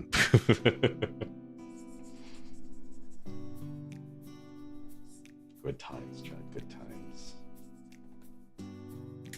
I never understood it, but you know, maybe someone's like, I want to practice being a cartel leader, or like I want to practice being like a black market supplier of goods and services. And then they're like, I don't want to do actual crime, but I'll do it. I'll practice it in Neopets. I missed the variety of websites. There's like 3 now. Same. I hate it all, chat. It's Twitter, YouTube, Google, Facebook, Reddit. I don't know what else. It's like the same ones. And I hate how incestuous the internet is nowadays. I like, that's the thing I dislike most about how the internet, it's so incestuous. I hate it. You know? Like, sure, there was a little bit about it, a little bit of that back then, right? But it's so blatant nowadays. That's a word for it, huh? Okay, so I mean incestuous as in like someone makes a meme on Twitter, or like, someone makes a meme on Tumblr and then they take a screenshot of it and they put it on Twitter, and then someone takes a screenshot of that and then puts it on Reddit, and then someone picks a screenshot of that Reddit post and then makes a TikTok like Reddit story video where they have an AI bot like read the text out loud, and then someone does a reaction video to that. Like it's that. Like, that's why I say it's incestuous. It's just like the same thing being passed around all those websites, and it's like, ugh, you know, you can never find genuinely fresh new content anymore because it's just the same stuff passed around the whole thing, you know, back and forth all over the time, all the time. And I miss it when like the internet used to be like diverse, you know? Like you could go to Newgrounds to find Flash animations, and then you can go over to, I don't know, is Stumble Upon still a website? Like, are they still active? I don't know if Stumble Upon still exists nowadays, you know? But like, I remember back then, like you could go visit all these like crazy websites and find really new stuff, you know? I'm not becoming a boomer when I hit the modern tech. You gotta resist though, you gotta resist. I know I keep saying it, but I personally do my best to try and avoid falling into the boomerisms. It's difficult at times, but like, I still gotta be like, okay, let me try to keep up at least. Let me try to understand what's happening with tech, because I can't just spend the entire time, you know, waving my walking stick and shouting at clouds and being all like, wreck my day, you know? I went out of my way to learn how to use those touchscreen kiosks at Burger King? Was it Burger King? I forget. Burger places. Five Guys? I don't think Five Guys had it. I don't know. But like touchscreens, you know? Because I don't want to end up being that boomer who's like, I just want to yell at an underpaid high school student cashier who isn't giving me my burgers. You know, like, I don't want to end up like that, because God, that's so embarrassing, you know? So I'm trying to stay hip and with the times, or at least understand enough about what's happening with tech to be able to keep up. Still not trusting the one and all soda machines. I hate the one and all soda machines because it's just so many button clicks, you know? Like, this is why I could never take it. This is why I could never like take those cars with touchscreen devices like the Teslas. I can never take those seriously. Like, if everything you gotta do or you want to do requires going through touchscreens and menus, I hate that. I hate it. This is why I dislike so many modern like phones and, well, not phones, like cameras, you know, like point and click cameras, or point and shoot cameras, sorry. I dislike so many of them because they don't have any buttons. They have two buttons. One is power, one is take a photo, right? Everything else, you have to scroll through drop-down menus and go through touch screens. And it's like, if I have to do all that, then like imagine there's a really cool scene with like some ducks and like the sunset is happening and it's like, whoa, that's really cool, I want to take a photo of that, right? But then you go to take a picture and you're like, oh wait, the settings aren't right, I have to change my f-stop and I have to change the aperture, I have to change the focal length, you know, all that kind of stuff. But you can't do it manually. You have to go through every single thing with the touchscreen drop down, and like every button press is like a full second of waiting for the next menu to load. By the time you're done, it's gone. The moment is past, right? And I'm like, I just want a camera that I can point at something and then manually just twist the lens, get what I want, and then snap the photo, you know? And then like stuff like cars, no. Imagine being able to, like, imagine driving, right? And you're like, I want to lower the window, but there is no window button. Right? You have to go to the touchscreen, hit like car, hit driver's side, hit the button for the window, and then pull down the slider on the screen, and then like the window. Like, no, I hate that stuff, you know? Also, like the horror stories of that one woman who was updating her Tesla in a parking lot, but like, what happened was it? I think it was like in the summertime, and she was trying to like finish grocery shopping in a parking lot of a grocery store, and then her car started to do an update, and then it just locked all the doors, and it turned off the AC system, so that it like she was just trapped inside her car as it was doing a system update, and she couldn't turn on anything, you know? Like, no, I don't want to risk any of that kind of stuff, you know? If I have to go through drop-down menus to turn on my airbag, nah. Like, that kind of stuff, I will be very, very like boomer about. Because like that stuff I feel should not be digital. It should not be touchscreens. It should not be drop-down menus. That kind of stuff I feel should be analog. And then they make you pay a subscription, right? We have the defroster function available for you in the car, but you haven't paid the premium subscription. Therefore, you can't use a defroster that we included in the car with you, you know? Oof. Man.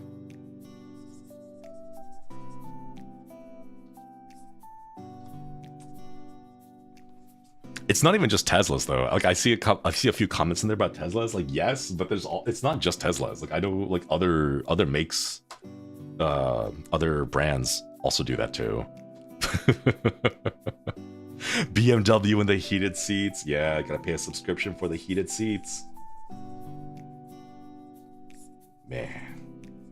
Man, you wouldn't download a car. No, but I would download a cracked version of a car. Get me those old school key generators, you know, the ones that have that really cool like little animation graphic on it, and when you launch it, it plays music, and you're like, I don't want to play music because I don't want my parents to find out, but they code it in, and there's no option to mute the thing, right? Oh man, Age of Empires 2 key generator, that stuff. The stuff that we had to do back then, chat. You know, we could actually be downloading cars.exe soon. Someone genuinely did that. Really, when 3D printing was becoming a thing, they made the meme about like you wouldn't download a car, and then they actually made like the car parts, like a 3D model of it, and they just sent it out to people so that you could download it and like print it out for yourself if you wanted. Bold Impact, thanks for stopping by. Hope you have a wonderful night. Get some good eats and good sleeps. Cars aren't even affordable anymore. Yeah. My old car is from 2016. I'm not planning on getting a new car. This one works well enough here in Elysium, and I'm like, if it works in Elysium this much, then I'm good for it. Just want a Toyota, analog Toyota Corolla that drives and doesn't do anything fancy. I want to get one of those that are like a Toyota Camry, because they are so like mass produced that repairs are super cheap. I know a friend who has a BMW, and every single time the car breaks down and they need to go take in to get repairs, they're like, oh yeah, we don't have these parts in stock, so we're gonna have to special order them, so it's like an extra $250 fee, plus you have to wait a week for the parts to be delivered. And it's like, mine, I just take it in and it's boom, you know, what did it say, bing bang boom, and then it's done, because the parts are there, the parts are cheap, no special order, no unique custom part, like nope, it's just all good.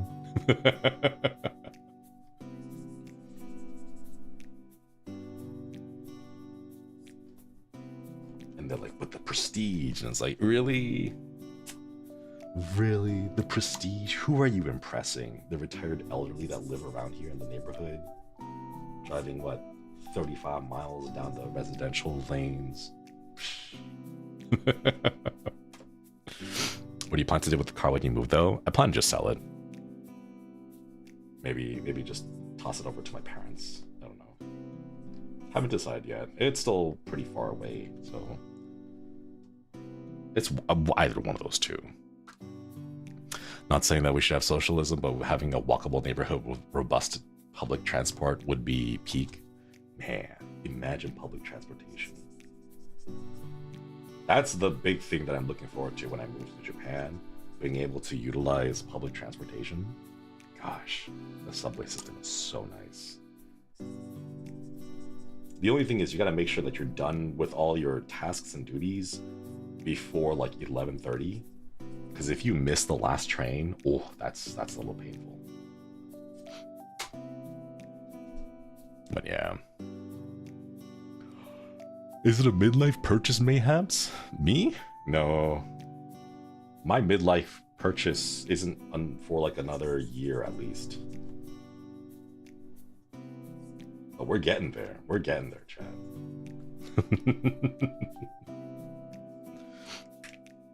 All right, give me a little minute, chat. I want to go use the restroom. I'm gonna leave my cards just out here on the table so that the ink can finish drying.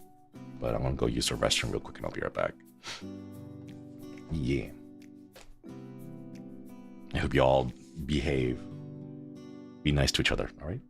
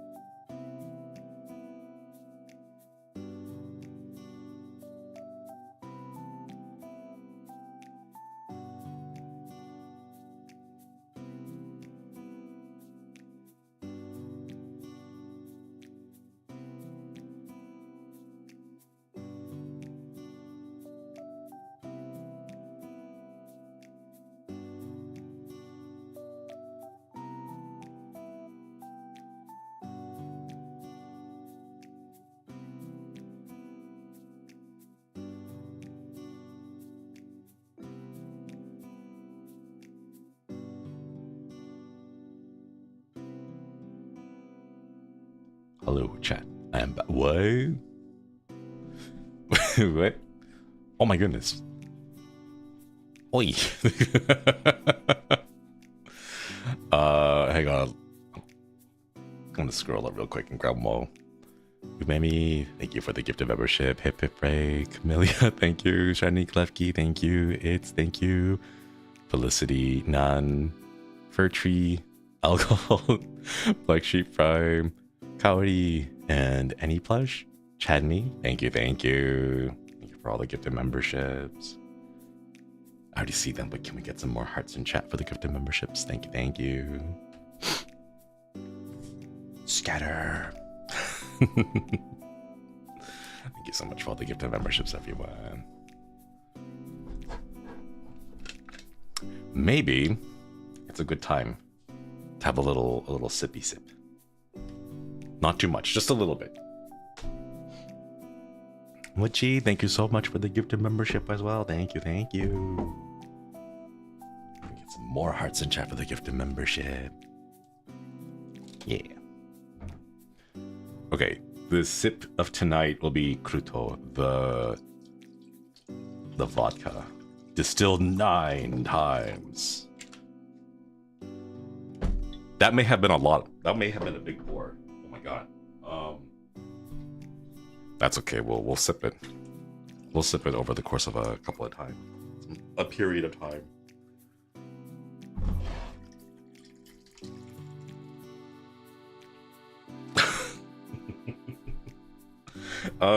Percentage wise, it's 40. The standard amount for most. Yeah. All right. Rubber Ducky Fairy, thank you for the gifted membership. Thank you, thank you. Can we get some more hearts in chat for the gifted membership? Thank you so much. Just tell us if you taste like water now. Almost 2 shots of vodka. This recipe calls for 2 shots of vodka.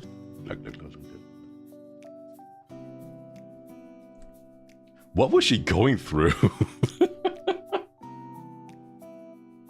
Like, what was her morning like that she showed up on set and was like 2 shots of vodka and then just poured. I think someone did the math. It was like 4.2 shots worth. It was a lot. She's an icon. Yeah, absolute mood though. I remember someone making the drink and then pouring as long as she did. It was almost a full glass. Oh my god, that was so much vodka. The glug. You have to watch it with the sound because that was like the sound that it made. She was waiting for her ancestors to tell her to stop. And measurements? Psh, we don't have measurements here. We go by the feelings. We go by the ancestors. As you're pouring, you feel a gentle hand on your shoulder. There you go, my child. That is enough. You have done well, you know? Measure with your soul.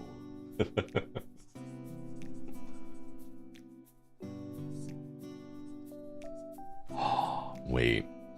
There's like a lot of checkies in each of these boxes.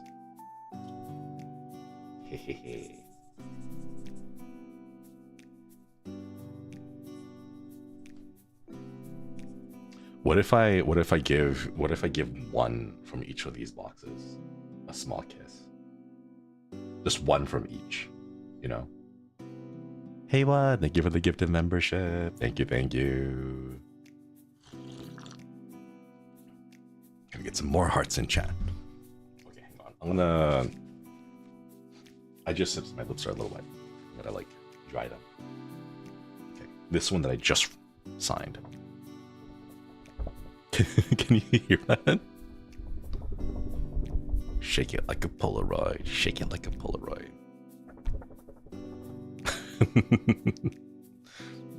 Okay, this one I just signed.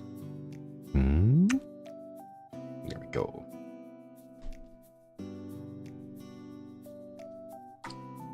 Which one is it? Who knows? Who knows?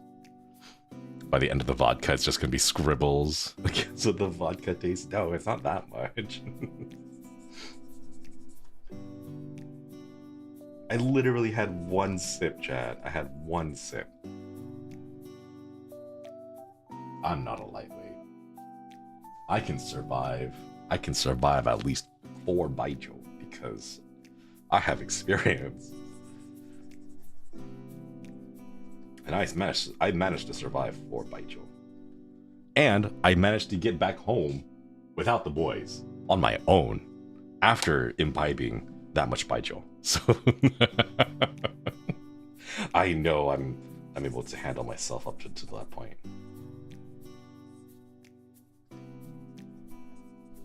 There we go. Because they abandoned you.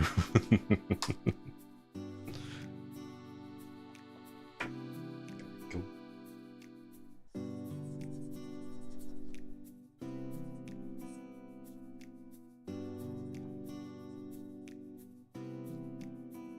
No.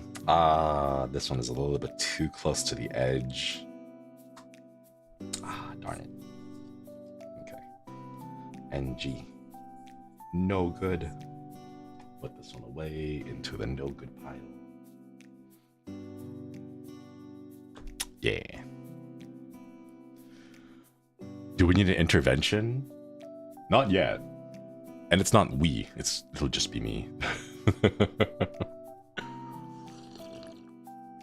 If I remember correctly, the lady that done the 2 shots of vodka was a manager for VTubers. Just me.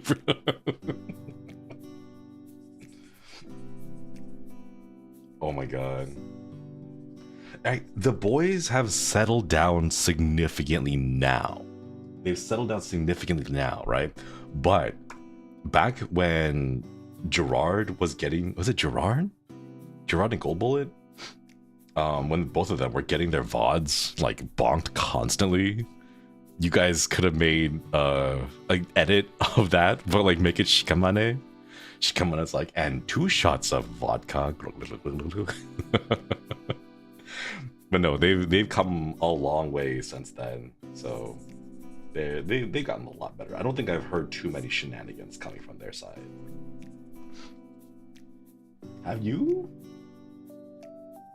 I saw a little bit of Gold Bullet's 3D Zatsu post 3D Zatsu. I saw a little bit of that, and I'm like, yeah, that one's gonna get bonked a little bit.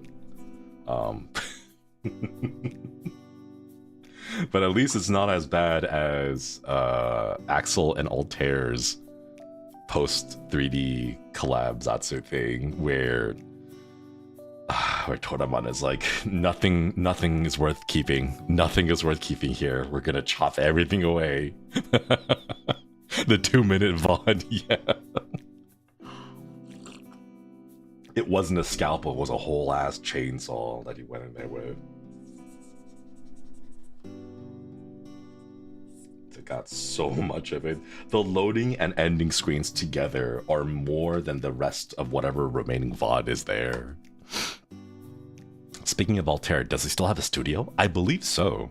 I haven't heard anything. No? I haven't heard anything. But then again, he's been on his little mental health journey, so I haven't really had a chance to really talk with him too much. But I would imagine he hasn't mentioned anything about it yet. So he said he was moving to a new studio. Ooh. The old one's lease is up in April. Wait, that's so soon. Oh my gosh. I hope he has already made the preparations to move to the new studio, because that's like... Oh man, that's like in 2 weeks. Oh gosh. Yeah. I wouldn't be surprised. That'd be really cool. He's foaming at the walls of the new one. Ooh, exciting, exciting. He's nearly done with it? Man. I want to make my own studio like that. I want my own little studio. But the technology that we use will be very different.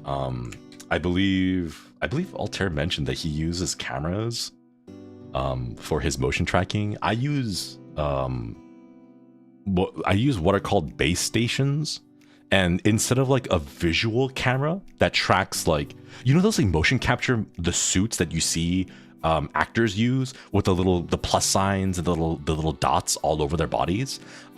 It's not those. The base stations instead use infrared. And the infrared is like a sweeping, like a beam that kind of sweeps back and forth the room that you're in. The base stations use the infrared to track where you are. So it's not actually looking for like a mocap suit. It's looking for objects that get hit by the infrared and then they ping their location, you know? LiDAR, not necessarily. The tracking actually comes with the trackers themselves, not your actual body position. So like the tracker kind of, if you imagine it as like a gyroscope, like you attach it to your wrist, right? And then every single time the infrared beam sweeps the room and it hits the tracker pings and says, I'm over here. And then it sweeps again, and you know, in between the sweeps, your arm moves, right? So it hits it again during the sweep and goes, I'm over here now. And that's kind of how the trackers that I use work. The trackers that Altair uses, I believe, are camera based. So they always follow wherever you move, instead of only pinging and updating every single time the infrared laser sweeps one by one. Marco Polo technology. That's a really good way to put it. Yeah, it's like infrared Marco Polo. So the base station goes Marco, and then your tracker, when it gets pinged, will say Polo, I'm over here. And then it tells you like, I'm over here at this location, my angle, the plane, the tilt is this at this point in time. And that's how my tracking uses the trackers. Be able to fix your base? No, unfortunately, it's completely gone. So I had to call Valve for a replacement base station. They are sending me a replacement one to RMA, but it hasn't arrived yet. No, this is Slimry again. Ah, darn it. NG. I'm sorry, staff son. I'm making so many mistakes. Base station tracker friend, have you put a mirror in your room and have your tracker gone crazy? No, I haven't actually. I don't have anything reflective in my room now that I think about it. No, nothing in my room is reflective. I mean, like the most reflective thing I have is probably my windows or my monitors, but nothing else is reflective. I've always heard that it's pretty, it messes with the trackers, so I never considered getting any reflective stuff. The Rio Slim Shinri.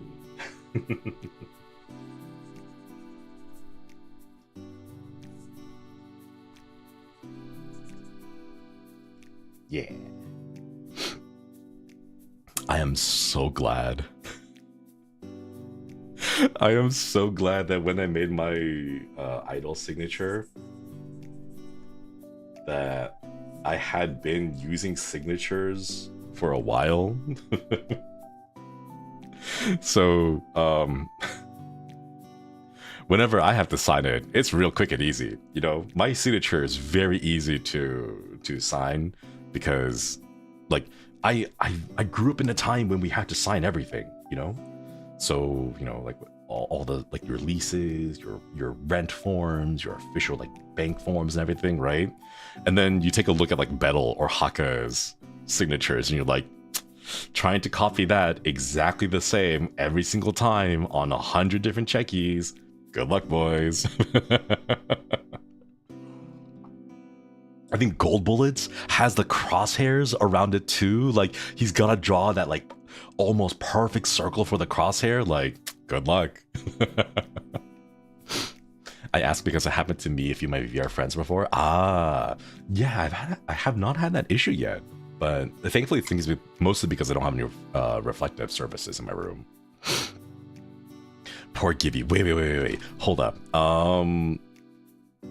HOLOSTARS. Is there like a HOLOSTARS English signatures? Is there? Hang on. Is there like artwork? Oh wait, the signatures that we posted, that we put on the wall, right? When we went to the studio, we put our signatures up there too. Hang on. Let me see if I can find it. Um.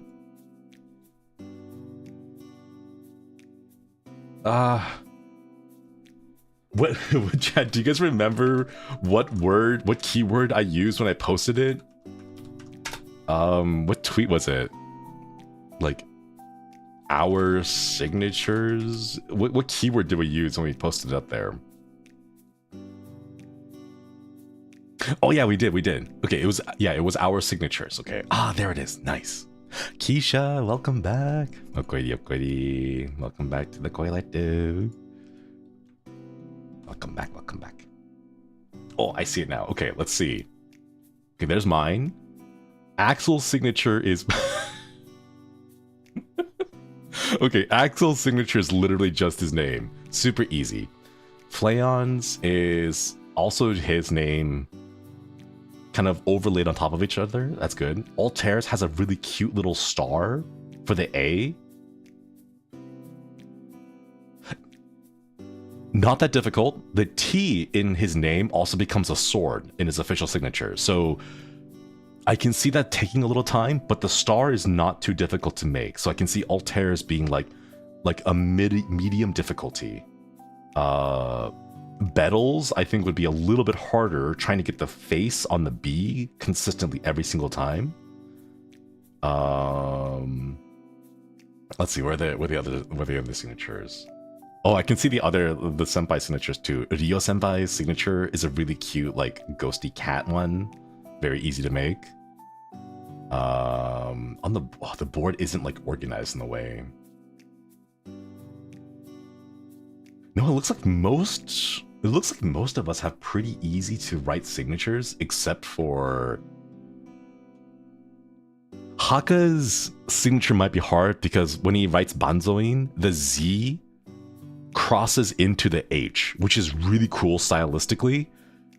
But doing that consistently, writing the Z in a way that the tail of the Z becomes the bridge in the H of Haka, that one, I can see that one being a little bit difficult to pull off quickly.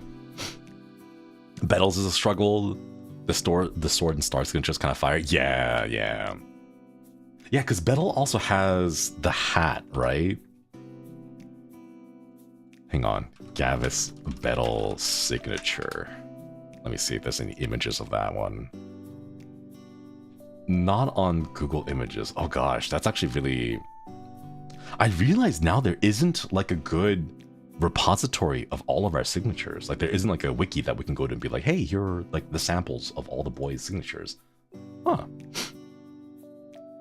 Wait, excuse me. Battle struggles with his own signature. Crimson Ruse signature. Let me see if I can find Ruse's, because I remember Ruse's being a little bit complex too, right? Oh, wait. It's from the expo. Ruse signature? I don't know how to... How do you search for that?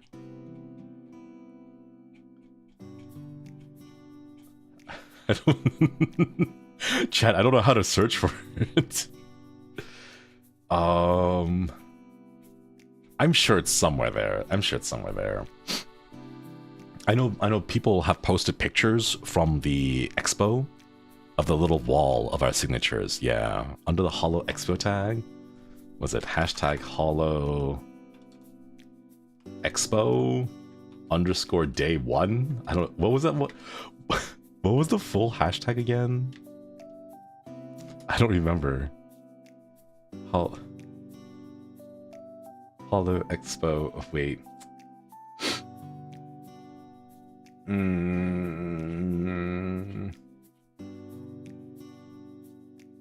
No, it's flooded with just like a wide array of various photos. Ruse has the axe on the side. Yeah, because he has the full axe, right? I don't know. I'll find it eventually.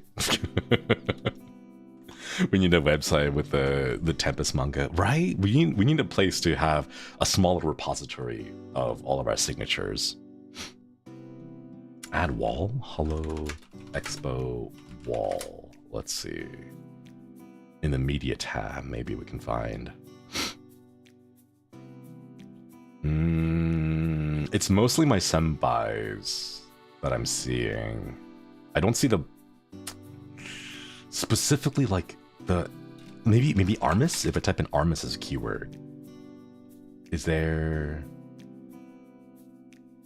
No, I see their like posters and stuff. I have no idea how to search for it. It's this is one of those things where like in your brain, in your mind, you kind of have the concept of I know what I want to search for, but I'm not sure what keywords I need to use in order to tell the search engine that's the thing I'm looking for. I feel like that's a little gap in the internet like ecosystem, I think, that should that we need to figure out a way to like address somehow.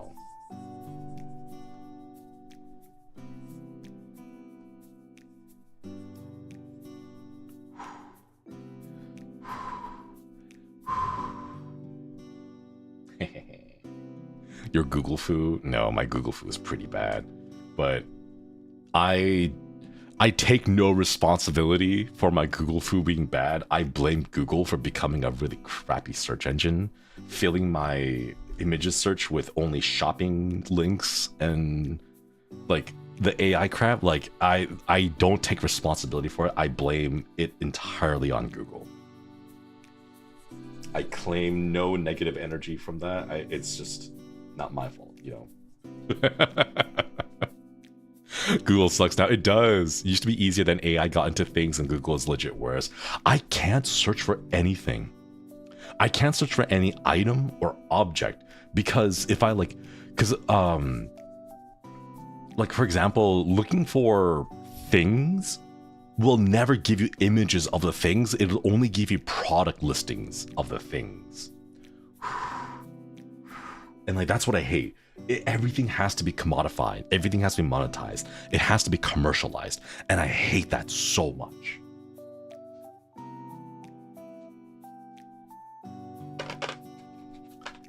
Like when I was looking for, for Koi Panion Day, March 4th, Koi Panion Day, we made those little Koi Panion, the little Koi Nobori, the little makeshift streamers, right? I tried to search for those, and the only search results I got were from like, I don't know, Temu. Like, hey, do you want to buy a 50 pack of paper mache Koi Nobori like streamers? Like, no, I don't want to buy. I'm looking for arts and craft ideas. I'm looking for like project ideas. I'm not looking for products to purchase, you know? And like, that's the thing though. It's always about trying to sell you stuff constantly. Oh God, Timo. Not Timo.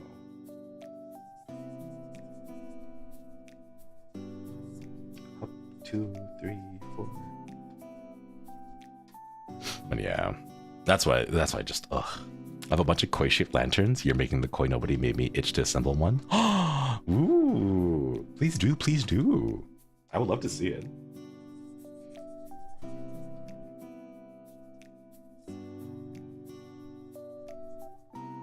Can I confess something, Chad? Can I confess something, Chad? I know some of you will judge me for this, but I want to confess something. I kind of want to play League of Legends now.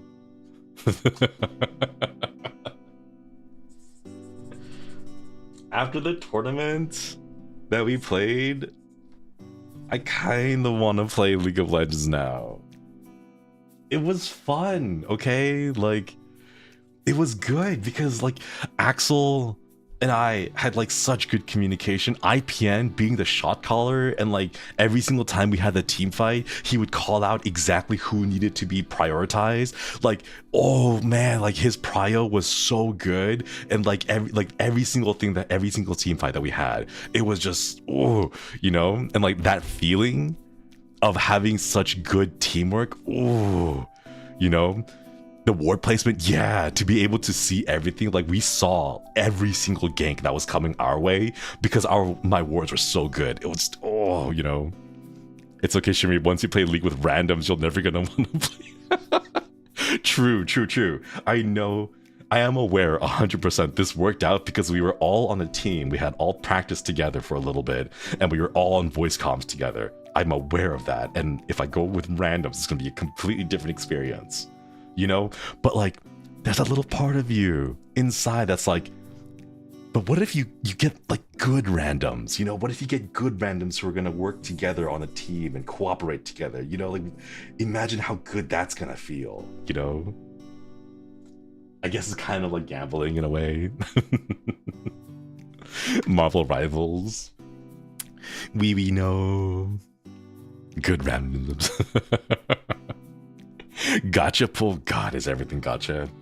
Your teammates are gotcha. There's always a 5-star on the enemy team, and you only get 3 stars and 4 stars at best.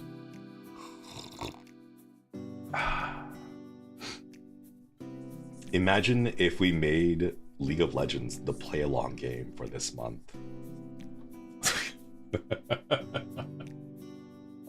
We're like, all right, Koi's membership stream, play a long time. Let's play League of Legends. Do it, I dare you. Maybe for future months. I think this month, it's looking like a lot of people want to play like Mario Kart or Gartic or Jackbox or a few other ones. I've been going through the suggestions that people made last week. Break apart the community one league game at a time. Imagine if the Kois become the most toxic fan base ever because we have a League of Legends arc. And they were like, what happened to the Kois? They were so nice and then they became so toxic. And it's like, oh shit, we had a League of Legends arc where he made us all play League of Legends together. And the Kois were normally like low energy, relaxed, and happy-go-lucky, end up coming out like battle face paint on with daggers and knives, you know. You never get me to install LOL, but oddly enough, I'd enjoy watching it. Since I play HOTS, it feels a lot familiar to know what's going on. Banoi, thank you for the 13 months. Okwedi. Thanks for the membership.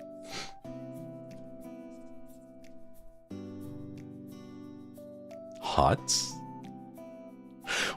What about HOTS? What about HOTS? League of Legends might be crazy, but what about HOTS? HOTS is more like it's meant to be a very accessible, like there's no last hitting, everyone shares experience, you all level up, there's no item builds or whatever, you only get talents that you have to focus on for yourself and all that. Odie, thank you for the 3 months. I'm sorry, but I want my sub money back. Okwedi, thanks for the membership. Thank you for the 3 months. Is HOTS available? Yeah, it actually is. I know this because it's my comfort MOBA. I will take a couple of shots and then load up HOTS and then play some Heroes of the Storm. The only thing that I dislike is that even after all this time, ARAM is blocked for certain heroes, sadly.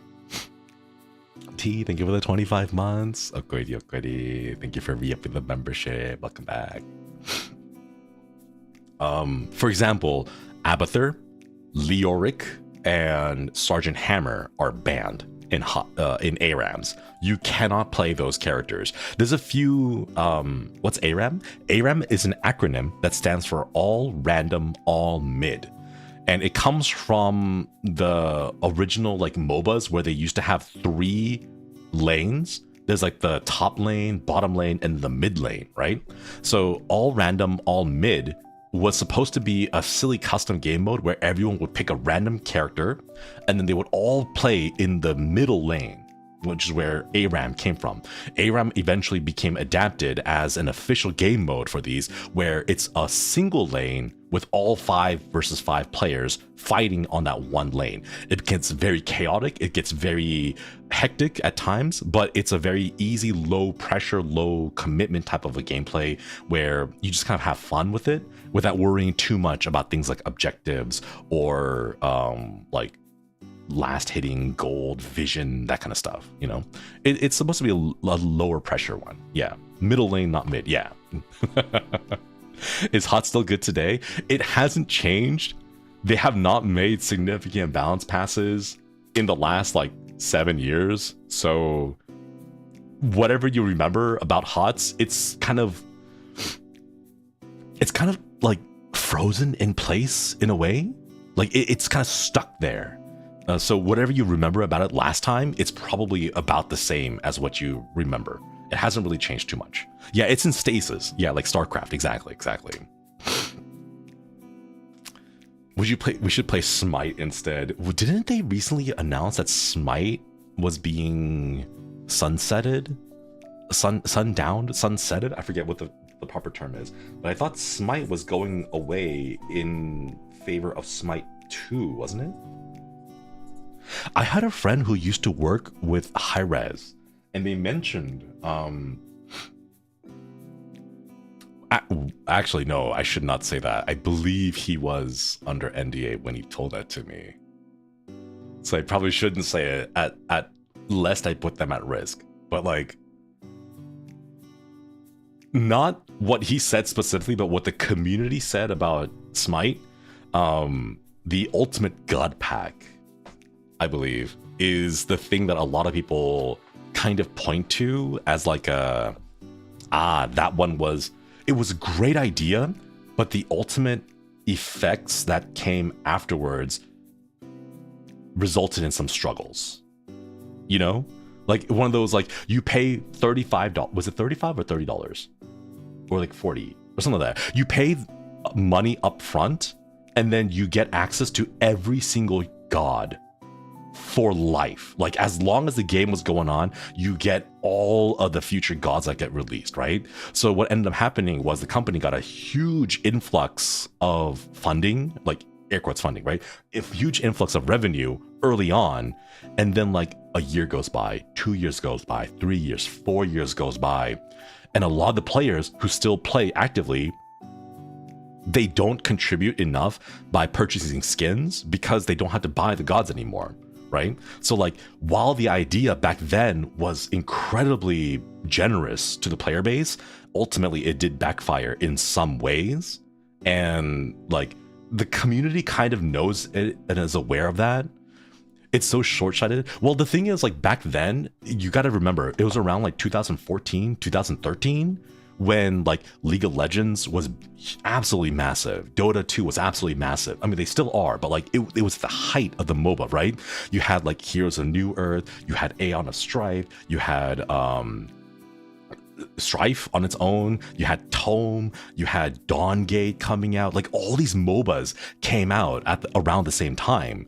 And in order to try and make themselves more appealing to users or like players, right, they would each have their own gimmick, right? They would be like, oh, you know, you should play our MOBA because we do XYZ thing, right?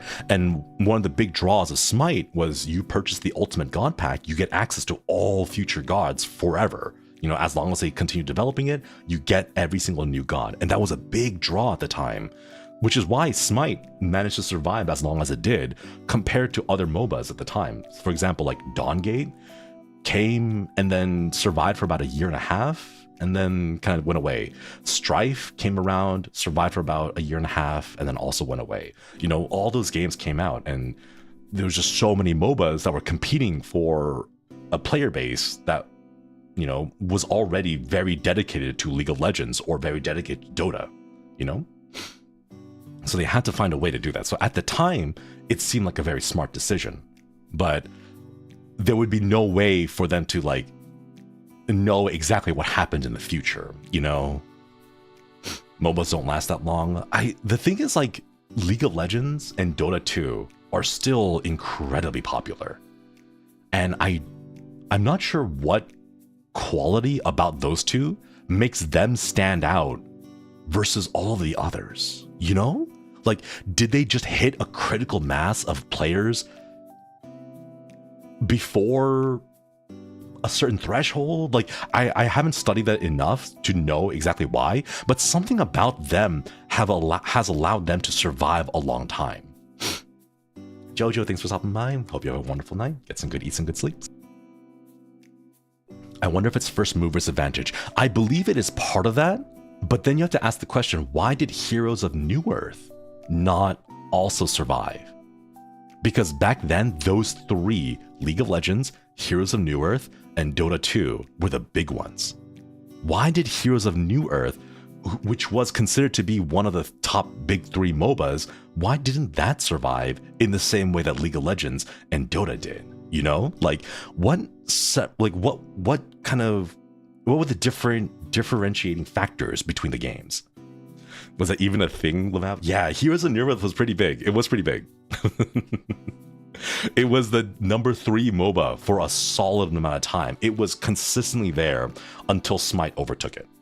And then I believe after Smite and Paladins had their own little thing back and forth going on, but that was weird because it was from the same developers. I think Smite's biggest mistake was that they could only update the game by making Smite 2 because Smite 1 is very outdated now. Maybe. I'm not a game developer, so I don't know too much about it. But like, as a player perspective, it's really interesting to know, like, why did some of these games survive in the long run and why didn't others, you know? There's a few instances, a few cases, for example, Overwatch 1 versus Battleborn, right? Like, you can tell obviously why one of them succeeded where the other had difficulty and challenges, you know, but not every game comparison is as clear cut as Overwatch versus Battleborn, you know? And I would love to be able to take the time and study these and like really figure that out, but a lot of the information we're never going to find out. NDAs from the developers, from the devs who worked on it, will never find out what exactly happened. A lot of the decisions that went on behind the scenes, we'll never know. So at most we can do is kind of estimate and guess based on what information is available to us, but we'll never know the real reason, you know? And like part of me is kind of like, maybe, you know, in like 30 years when all of the NDAs are finally over, like a developer will have like a YouTube channel where they talk about like, oh yeah, I used to be a developer on Battleborn and here's what happened and my take on why, you know, Battleborn didn't succeed where Overwatch 1 did, or things like that, you know? Alas, chat, alas.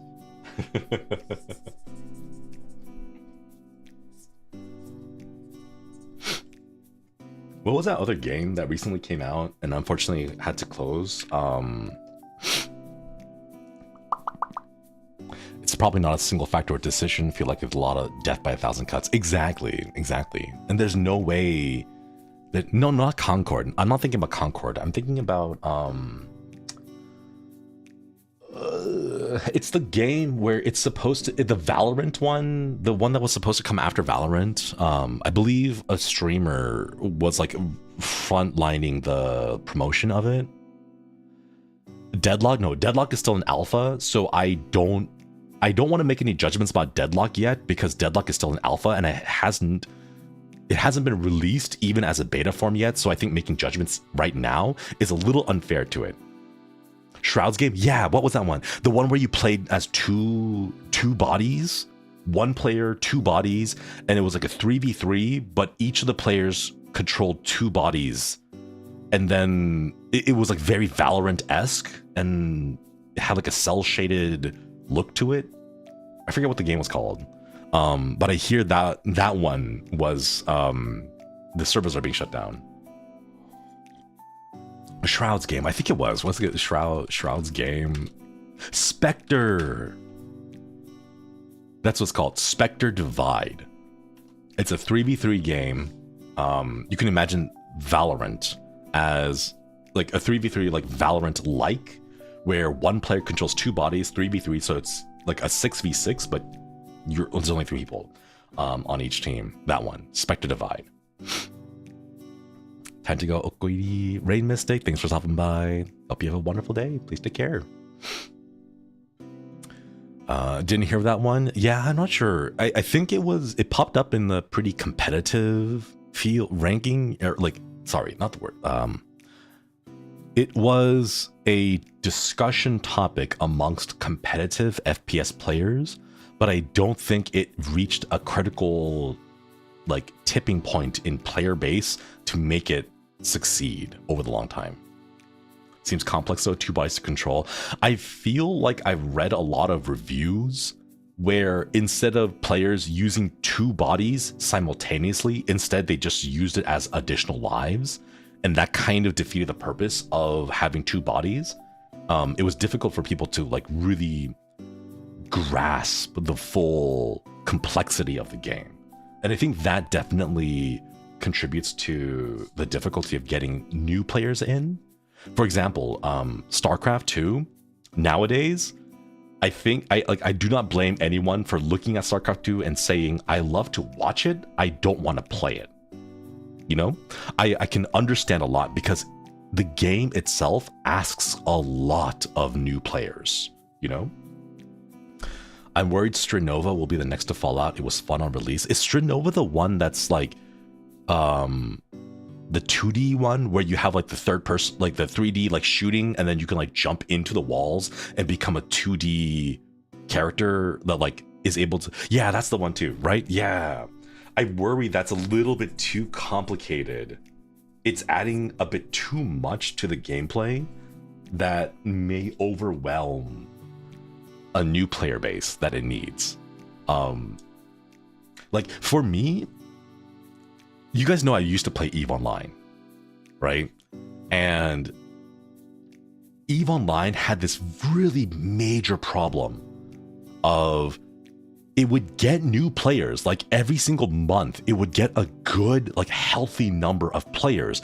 The problem was that those new players did not stick around because the game was so complex. So like, even if you had the number of incoming new players coming into the game population, which like any other online game would love to have, there was just no way for them to keep them because the game was just so difficult, right?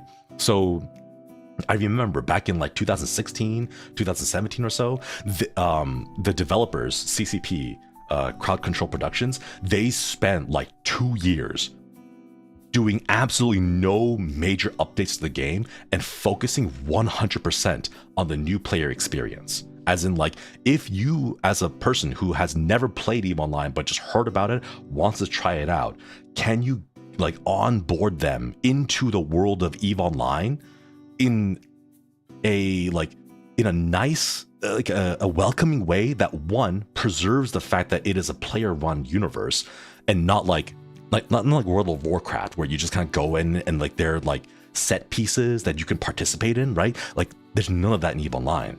All of it is driven by players, right? So like they spent like a couple of years just doing only that. It pissed off so many of the veterans because the veterans were like, I already know this stuff. Why are you spending developer time making this when you should be improving the game, when you should be improving the balance, this and that, right? So like a lot of the veterans were really mad. But I think it ended up, positive at the end because now there is a new player tutorial that is so, like, it's not perfect. It's absolutely not perfect, right? But it's good enough that a new player can join in and be like, wow, this is how I play the game. And I want to keep playing the game and improve myself on this over time.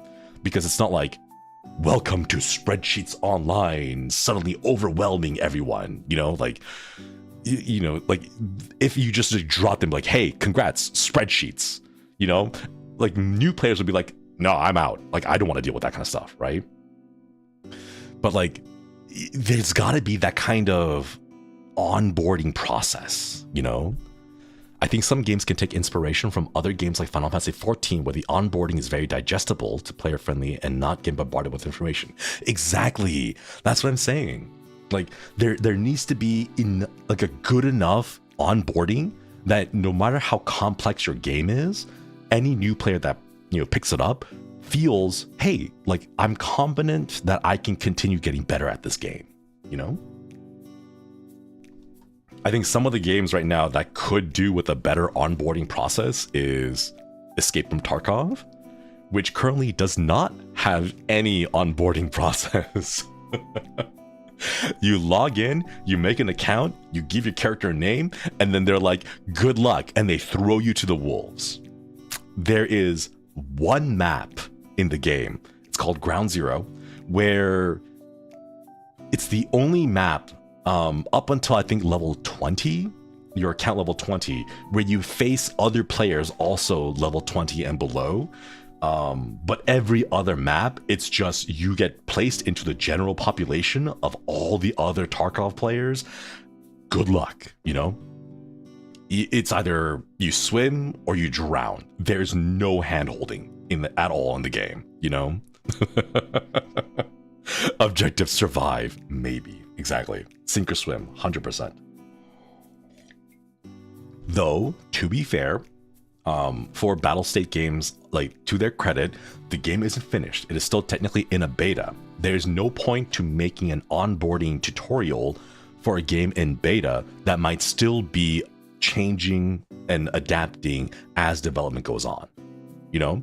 So like, why would you make a tutorial that's really good for something in beta when the beta will continually adapt and change over time? Like, I believe last year, last year, they introduced the mechanic of transits, because the way that Tarkov used to go is you pick a map, like interchange. You go in there, you play for about 35-40 minutes, and then you get out, right? But they introduced a new mechanic called transits, where you can go from one map to another map seamlessly without jumping back into your stash or your hideout.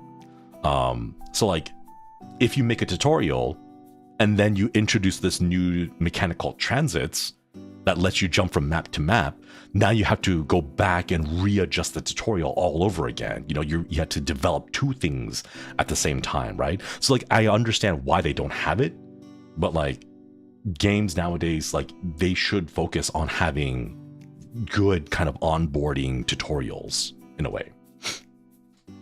That's like the Fortnite beta that went on for like 3 years, right? Yeah. We're approaching almost a decade in beta. Yeah. But like, to their credit, I have not found any other PvPvE extraction shooter game that comes anywhere close to Tarkov. Is Tarkov perfect? No, absolutely not. But it is the best for the vision that it eventually wants to get to. And for that, like, that's why I played so much of it. I'm trying to find something else and cut back on it, but that's why I uninstalled it recently. But that's like a me thing, you know? Sugar pill overdose, thank you for the 15 months. Agreedy. PlanetSide 2 is like that. No lobbies. All players on the server can be in the same fight. Really hard to get into for new players. Yeah. I think, like, in a way, streamers are really nice for that. Well, I say that, but like, there's a caveat. It's like 50-50, you know? On one hand, streamers who stream the game can be a very good way to introduce a player to, like, introduce a new player to that game, right? On the other hand, you have the issue with streamers becoming spokespersons that people just parrot. And I don't like that. For example, Marvel Rivals. Marvel Rivals came out. It was a huge, big, hot thing. It still kind of is a big, hot thing, right? But like, a player will say a thing, like a streamer will say a thing, and then all of their viewers will parrot that. You know, a streamer will be like, oh, Wolverine sucks, he's not good, right? And then the streamers, you know, 2,000 viewers or whatever, will go around on Reddit, on Twitter, be like, if you play Wolverine, you suck. Why? Because my favorite streamer said so. You know, like, they don't take the time to actually, like, apply themselves into the game. They just copy and parrot what the streamer says, right? So like, there is the double-edged sword of that kind of stuff, right? Ugh. That's what they call influencers. Ooh. Influencers. I don't like influencers, Chad. I don't like influencers. I feel like at some point, you know, like you should... influencers.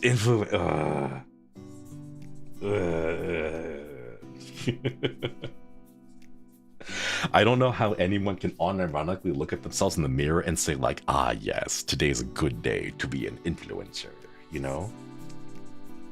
I hate it. I hate influencers so much. And they're just... You're my favorite influencer. Nope, I'm done. I'm cashing in everything. I'm throwing in the towel. No. If you call me an influencer, I'm gonna throw it in. I'm just like, nope, I'm done. Like the day I become an influencer, no, Chad. This is kind of why, like, you know, whenever I use the influencer accent. Do you really want me to use the influencer accent? Oh my god. I love the influencer accent. Okay, Chad, come with me, and today we're gonna be signing some checkies, and here we go. Here's the box. Ooh.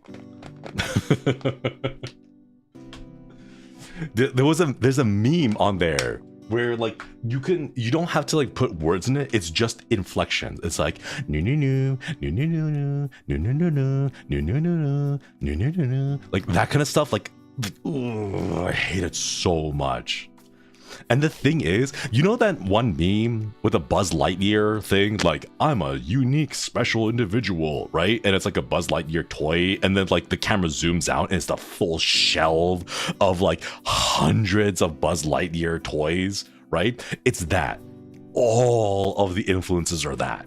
It's just that. They think they're unique, but no, they're all copy pastes of each other, down to the accent, the inflection, the words that, oh my god, I hate it so much.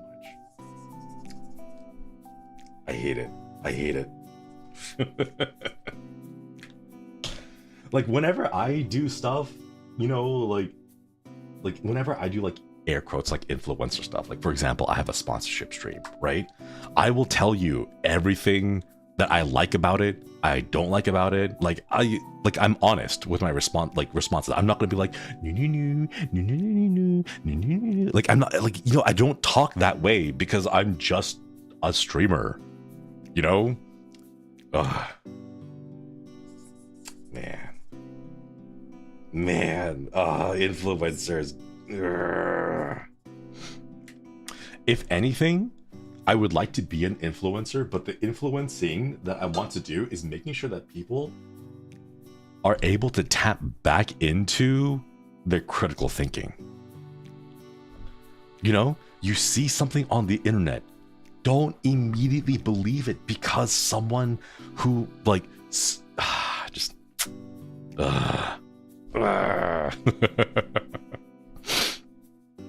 in the end you will influence people, so technically no. I know technically yes, but like it's when I think of like an influencer as in like a career of being an influencer, they have a very like copy paste cut and like copy paste kind of vibe to them, you know? Like honestly for me, like I don't think I can ever be an influencer because I hate peddling goods.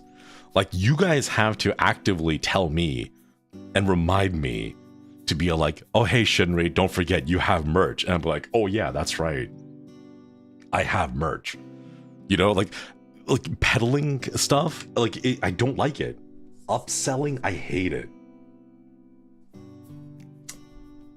Wait, I think I could tell you the story. Yeah, I'm moving to Japan. They're not gonna find me there. It's fine. Okay. I am banned from a certain big box store because I used to work there as an employee, but I refuse to upsell everything that they did, because they're like, hey Shinri, like your numbers are bad, like you gotta bring up your numbers or else we're gonna fire you. And I'm like, what are you talking about? It's like, these things you gotta get them on the rewards program, you know? And I'm like, that sounds so annoying. Like, I don't want to do that. It's like, but you have to. You're an employee of the company. Therefore, you gotta make people sign up for the rewards program and then get them to sign up for the company or the brand, the store's credit card or whatever, right? Like that kind of stuff. Hated it. Absolutely hated it, right? And then like they kept pestering me enough that I just like, I'm done. I'm not even gonna put in my 2 weeks notice. I'm just gonna quit on the spot. You know, like, to be fair, the reason why I quit on the spot is because I saw them fire a friend of mine on the spot, and my friend who was working there at the time was the only reason, because we had similar shift hours. He was the only one who was keeping me sane, right? So they fired him, and I was like, that's it, I'm done, right? I didn't bother with the 2 week notice. I'm like, if you're gonna fire him, I'm out too, right? And they're like, if you leave now, you're gonna be banned from ever working here ever again. I'm like, I don't care. So I left. But yeah, that kind of stuff, the whole like upselling, trying to like, oh, did you find everything you need? That question I'm okay with, right? But then the follow-up questions of like, if you'd like to purchase additional things, like we can get someone to like go get you these things in stock for you, or like, would you like to sign up for the credit card? This, like, nah, I hate that so much. Ugh. So yeah, like I could never be an influencer because I hate that. And the reason I hate it is because I hate being peddled to, you know? I just don't want to put anyone through something that I personally would not want to go through, which is why like I cannot, like, If you want to make you down 2 shots of vodka, we should echo the fact that you're our favorite influencer that constantly peddles merch. No. No. I'm going to see someone be like, hi, my name is Commander Shepard, and this is my favorite store on the Citadel. You know, like that kind of stuff. Hi, I'm a Koi Panyan, and Shinri is my favorite influencer. You know, like, oh God. Oh, no. I would get so...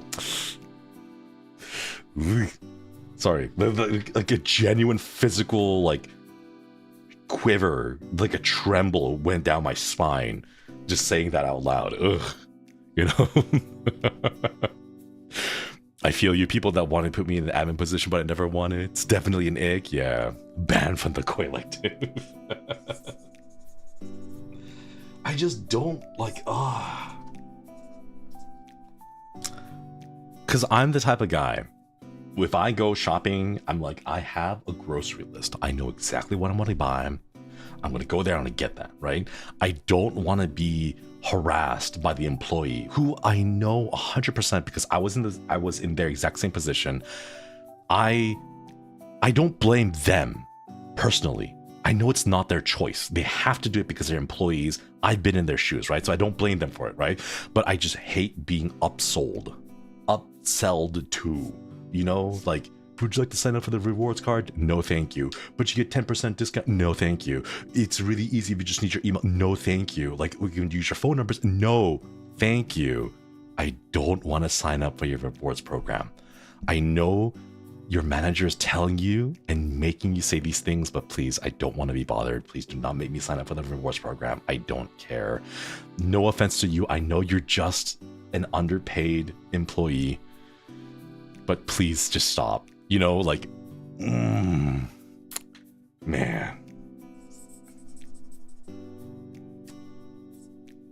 I feel like a lot of my Zatsus end up being just rants. Is this my boomerification chat arc? Is this like just the things that I talk about and rant about? But you know what I'm saying, right? Like, you guys have been here for a while. You know, we're on the same brainwave about this kind of stuff. But like 100%, if you guys are working, if any kois are working retail and you have to do this stuff, I sympathize with you. I understand. Like, I've been there too. That's why I got fired from this big box store that I cannot ever apply to again. I'm sorry you have to go through that, you know.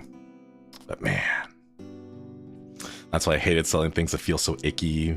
I was gonna think about it, now that you said it, I don't want to, right? 100%, 100%. It's like, well, now that you mention it, it's like when you're like, I want to go clean my room today, and mom and dad are gonna be so happy, and then your mom or dad shows up and goes, Shinri, remember to clean your room. And like, I was gonna until you told me, and now it feels like I'm gonna do it just because you told me. Now I don't want to do it at all.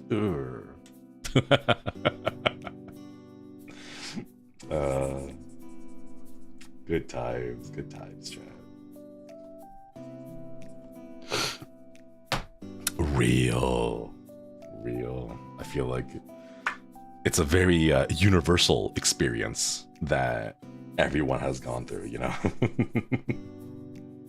The kudos reward removed 100%. I wish there was a way. I wish there was like a response, you know, if your mom or dad does that and tells you that, like, what can I say to let them know, hey, I actually had the initiative to undertake this endeavor before you told me, and I would like you to know that I wanted to take this initiative because I knew it would be better for like us. Like, I know you'd be happy. I know it'd make me happier too. Like, I'm not doing it because you told me, but I want you to be proud that I had the initiative. You know, I wish there was a way to express that, but I have not found a way. I don't think there's a way. I don't think there's anything to say. I tried. It's impossible. Exactly. They never believe it. 100%. Yeah, exactly. But like, you know, like genuinely to just like convey that like, hi mom, I know you told me, but like, I want you to listen to me when I say I had the initiative before, but there's no way to convey that. I've never found a way to properly convey it, you know? Good job. You killed the initiative and my trust in you has lowered. Oh man.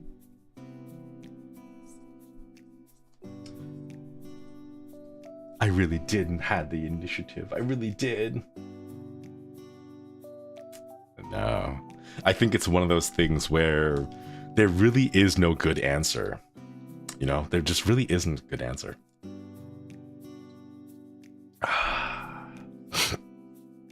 I don't want anything. I'm just doing the dishes. That's okay. I try to let them know ahead of time, but there's this weird thing with a time where I'm busy becomes their time to bug me. Oh my god, 100%.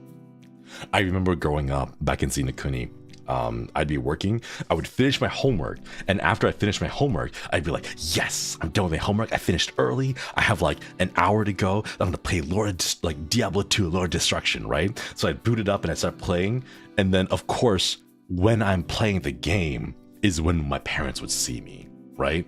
And they'd walk in and be like, every single time I see you, you're always playing video games. Why aren't you doing your homework? And I'm like, and then they leave right after they say that, right? So there's no chance for me to say, but mom, dad, I already finished my homework, right? Like, oh my God, every single time, right? And they're like, every single time I see you, you're always on the computer. You're always playing games. Why don't you take your schoolwork seriously? I finished my homework already, mom. Like, the assignment is done, dad. Look, it's right there. Like, it. Man, you're always on the dang phone. Yeah, that too. Exactly. Oh my God, right? Oh, man.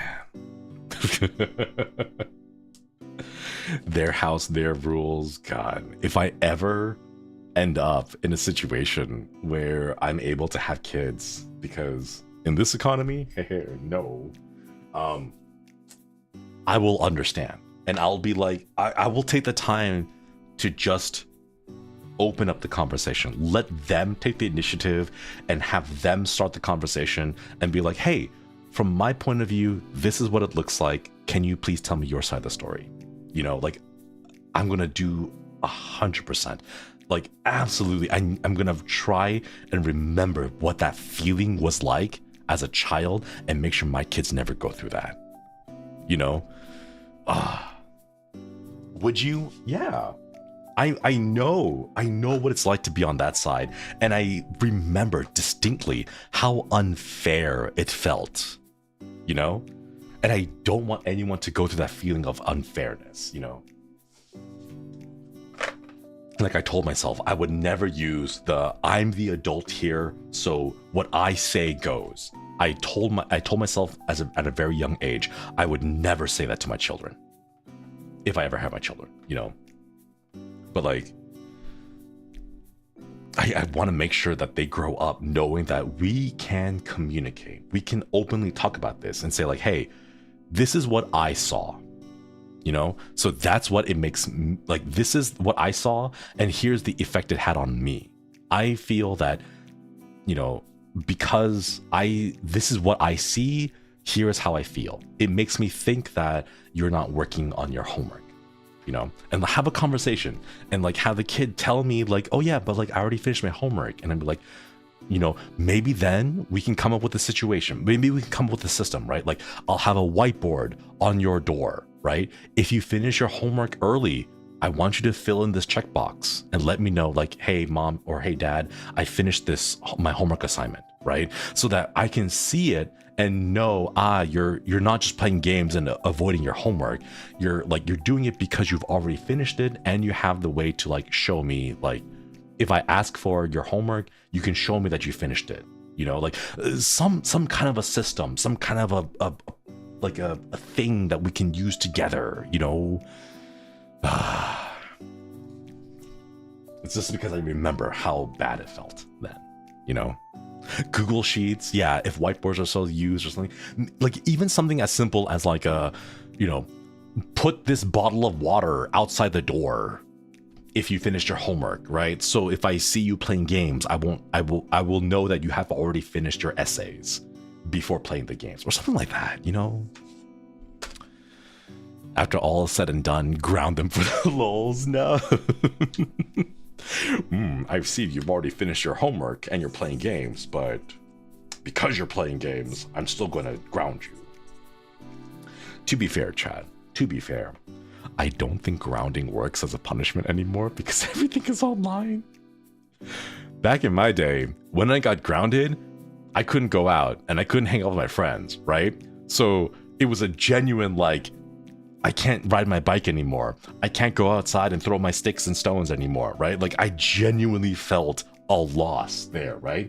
But nowadays, if I told my child like you're grounded, he'd be like, grounded from what? If like you can't go to the mall. No one goes to the mall anymore, Dad. That's a millennial thing. You're like 30 years too old. Malls are dead, right? And I'm like, okay, fine, you got me there. You know, like I can't ground you and prevent you from doing a thing you were never going to do in the first place, right?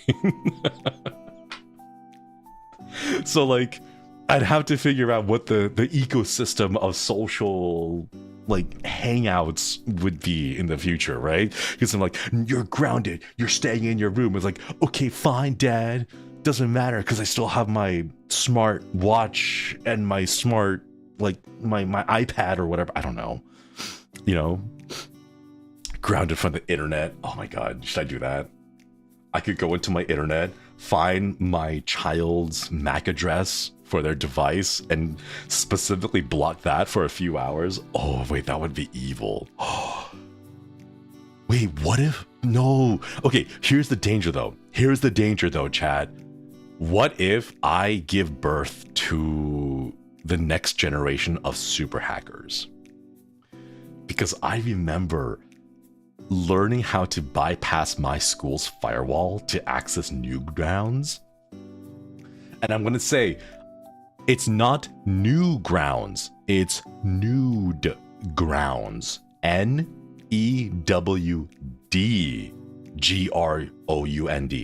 Okay? Because back then, if you put the D after new, you would get the 18 plus version of Newgrounds. Okay? And I learned how to bypass my school's firewalls, specifically because I was a horny idiot back then, okay? So I would be like, these firewalls can't stop me. And then I would do research into figuring out how to bypass school firewalls, specifically to be able to access adult Flash games. You know, in school? Yes, in school. In fact, in the library. But specifically, like the 3 PCs that were in the back corner that was out of vision from the librarian. Which, after I graduated, I found out that they had moved to be back in the vision of the librarian because they found out what we did. You know? You live dangerously, 100%. No, seriously. Like, you're not gonna let us see nudegrounds.com? Well, we'll see about that.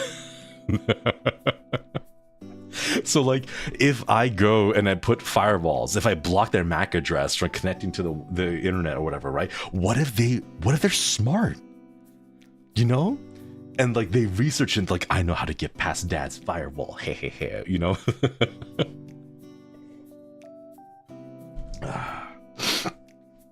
Man.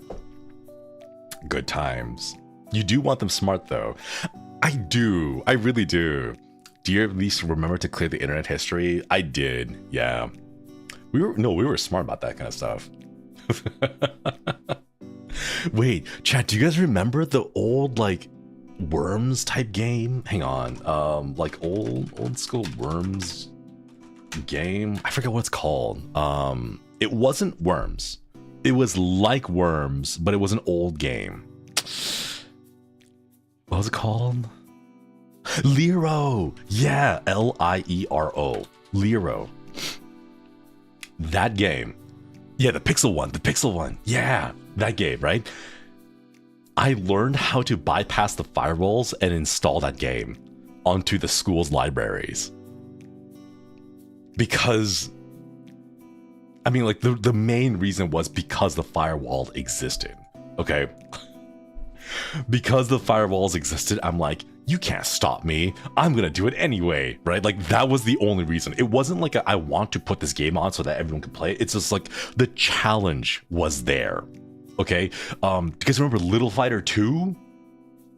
I installed that game on all of the library computers just because I could.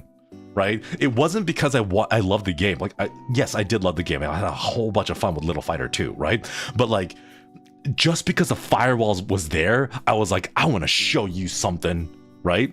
We just figured out how to bypass the firewall and install just a whole bunch of games on the library computers. Like, just because the challenge was there. Oh. Little Fighter 2 was epic. It was. Oh god, Little Fighter 2 was so good. Man. Not you learning how to become a hacker man to look at naughty websites. I can't help it, chat. What did Miyabi senpai say? I am a man before I am an idol. I know. I understand that quote. If you guys don't know, I believe it was Miyabi senpai who played Fatal Frame, Maiden of the Black Water, and they had the wet clothing feature in there, and Miyabi senpai first encountered the wet clothing feature and was like, "Ina, Ina." Just turning around, like, oh, they shake. Ina. But no, like, back then, different times, chat. Different times. Words of wisdom from the Dai senpai, 100%. 100%. It was really good. Nowadays, I try not to be so, like, horn doggy in public because, like, I've kind of gone through that phase, you know?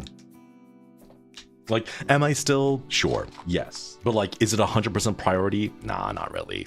I'm more focusing on the lore. But, like, do I like to partake in a great view? every now and then, sure. I just wish there were more dude ghosts. Give me more lads. In every sense of that phrase. Okay, give me more lads. Can we make that a thing? Like, just give me more lads, please. Oh man. Lads Horror Edition. I've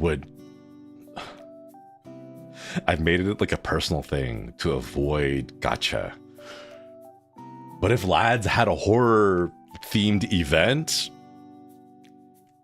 I would budget at least a good amount of money for that one. Okay? If they had a horror event, I would absolutely start putting things into the budget. Okay? To make sure that I could afford it.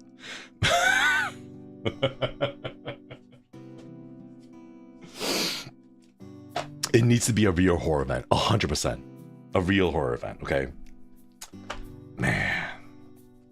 It's not fair that all the ghosts are just really cute women, okay? Like really pretty, hot women.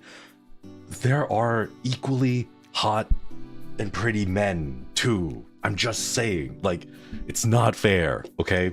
Like, did you guys remember all the ghost variations that we saw in Fatal Frame?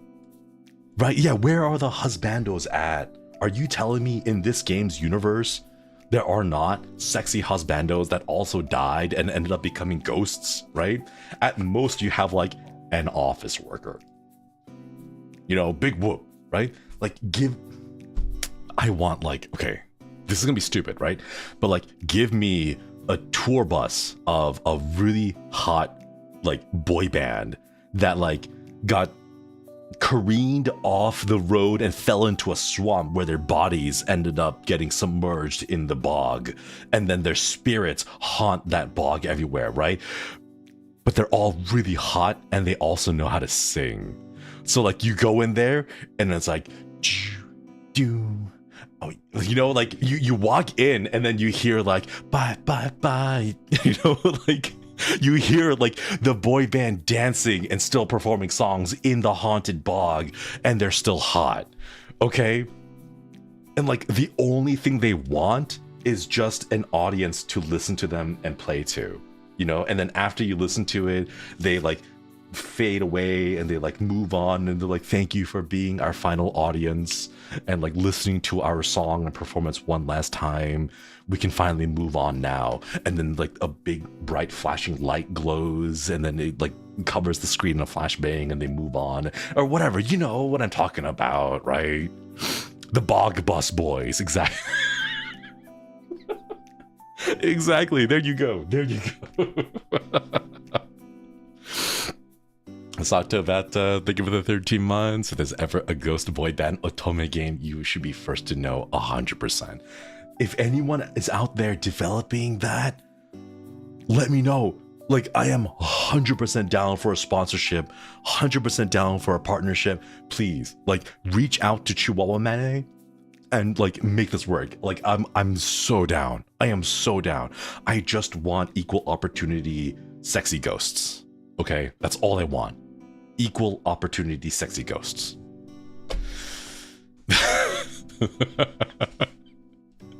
We gotta get you voicing one of the boys. God, imagine if I could get a voice acting job like that. That'd be so cool.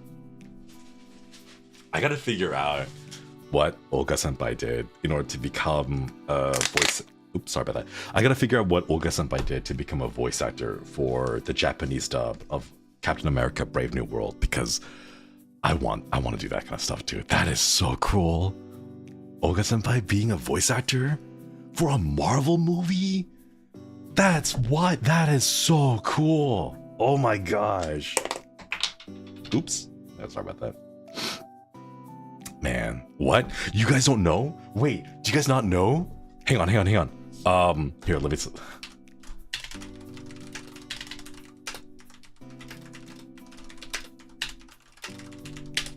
Okay,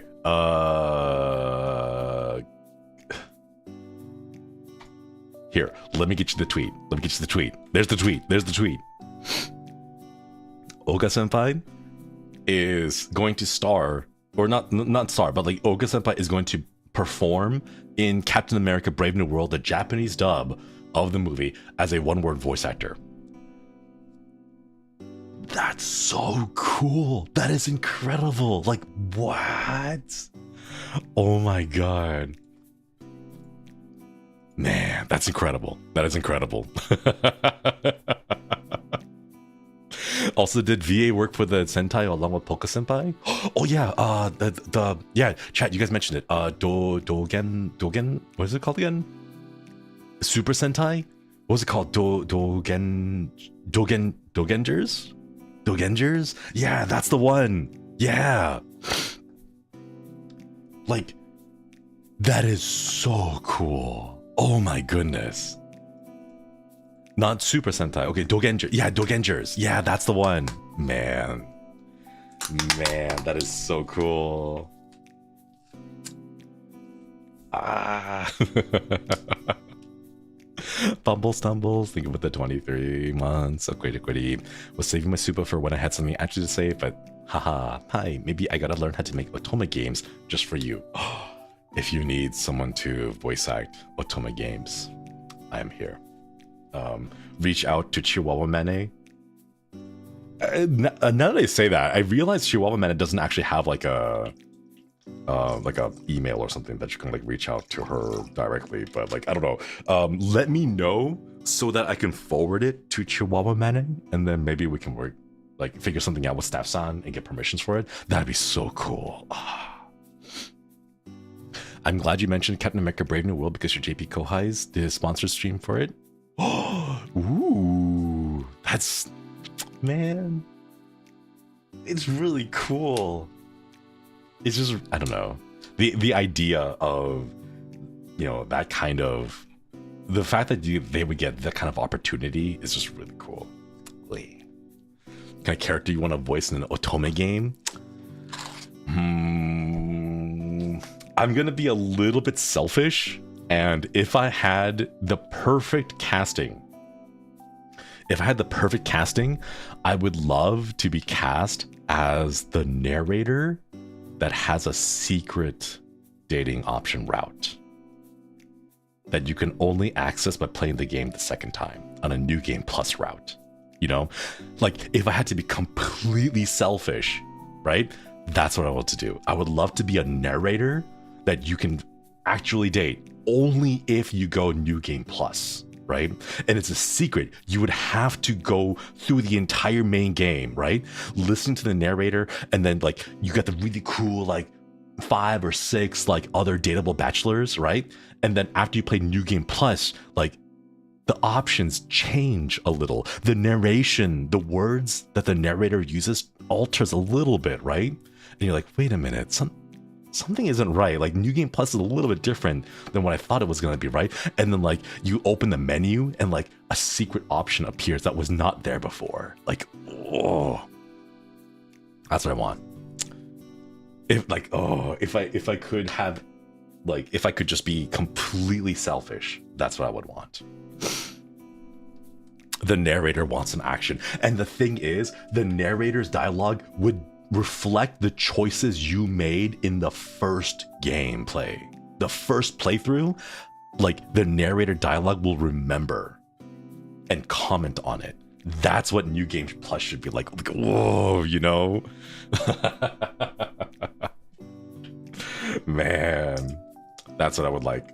If I had like 100, like a free reign to pick any kind of a role, that's what I would want to be. It breaks the fourth wall 100%, right? I don't know if I want to go as far as like breaking the fourth wall completely, like accessing your computer's hard drive and like your Windows profile and finding your name, because I know some games do that and it's really creepy. But like, it's creepy, but also super immersive at the same time. I believe Kinito Pet? Kinito, sorry, Kinito Pet did something like that. Yeah, Doki Doki Literature Club too, that too, right? Where they'll like find your information, right? That kind of stuff, right? Like I know it's like super kind of a little bit scary, but also really immersive. Like that kind of stuff. Like ooh. Have to look through the Steam achievements. Yeah. Planet Scanner also does it. Oh yeah, yeah. Ooh. Man. Kinito Pet does it on a whole different level. I remember Kinito Pet does the whole like, tell me what your address is, and if you give him a fake address, it's like, it looks like you're not telling the truth. Let me find it for real, and then it'll open up a browser to search for your actual address, like, or something like that. Doesn't Kinito Pet does that kind of stuff? It's kind of really creepy, but like also immersive, you know? So if you're not a streamer, if you're playing it on your own, like it's one of those like huge mind-blowing parts, right? Streaming, a little bit scary, but like if you're not streaming, you know, personal, you offline, just playing it and enjoying the experience yourself, amazing, incredible stuff, you know? Thinking about Amanda the Adventurer too. Oh.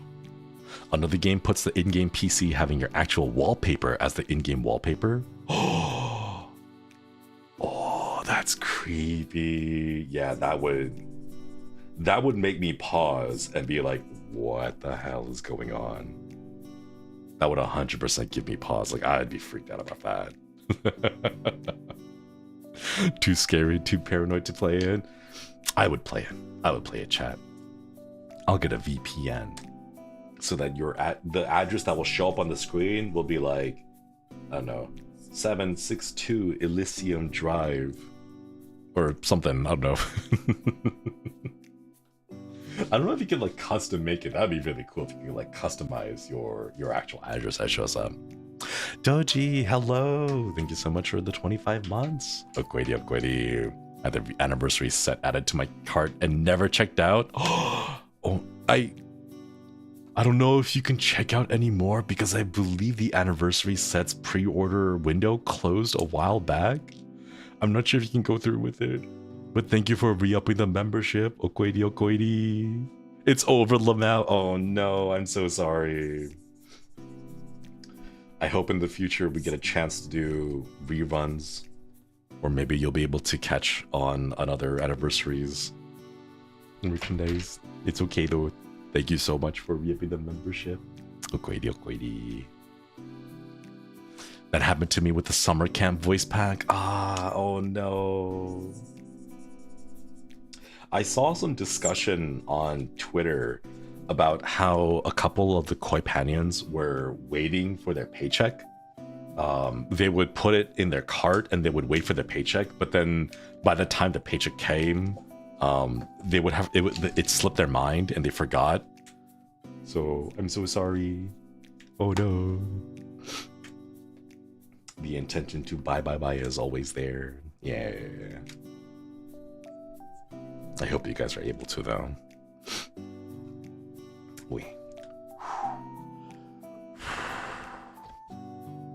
There's a game called Eyes Never Wake that uses your webcam to hide from the monster. Do you think you'll play it?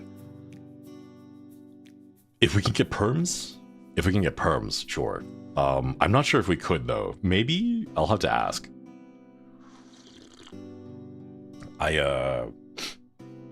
There's one game that uses your webcam that doesn't dox you. It only shows up on the screen for like the very beginning to set up the webcam, but it's a game called Before Your Eyes. I won't spoil it, but if you haven't played Before Your Eyes, I would 100% recommend. Please play it with the webcam on. Like play it off stream. You don't have to stream it. You don't have to do anything about it, but play it. It is such an emotional experience. How scary is it? It is not scary at all. It is actually a very heartfelt, like emotional.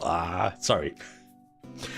I've been drinking again, and like it's making me emotional. It is very sweet. It's very heartfelt.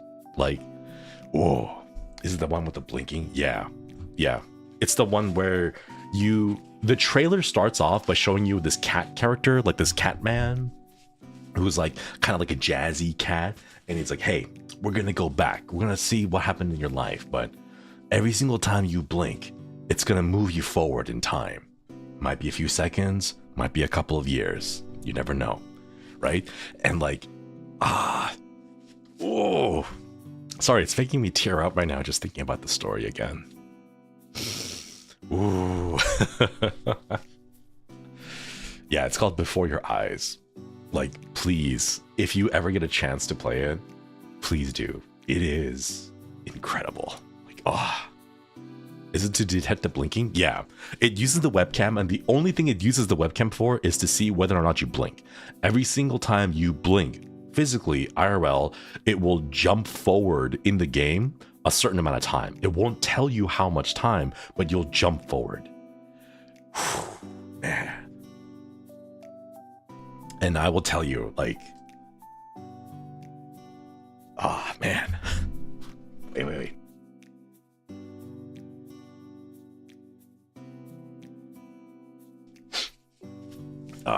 Sorry, I had to blow my nose because I was getting like, my nose was running from that. Why am I so emotional? It's a game where you're basically controlling the entire thing by just blinking, right? And like every single time you blink, it'll jump forward your character's life a certain amount of time. And there are definitely times, like 100%, there were definitely scenes in the game where like I fought so hard not to blink.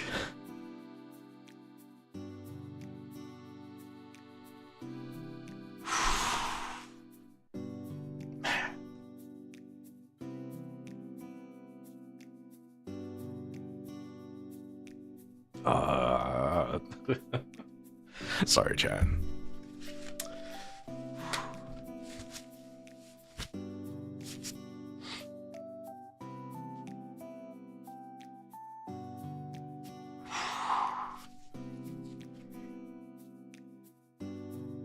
I played the game like 3-4 years ago, and it's still like really emotional thinking about it. Man. I wonder if we could get perms for it. Because if we did, like, I would 100% play it for you guys. It's really good. Please check it out, you know?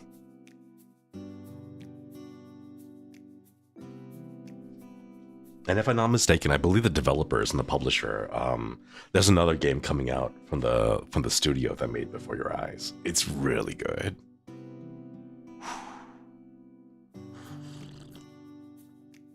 Game sounds emotional, but also beautiful. I think would really mess me up too, especially at this point in my life. Yeah, it's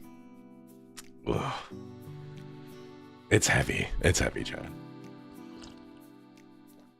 Never seen it before, but I'm interested in crying again. I'm not interested in crying again, thanks. Hope you can get perms. Yeah, I hope so too. The story is like, it's really good. It is really good. What's the game called again? Before Your Eyes. Hang on, let me see if I can even find the link to it. Before Your Eyes. Let me find you the link for it. No way. Oh my god, it's on sale too. Here, chat.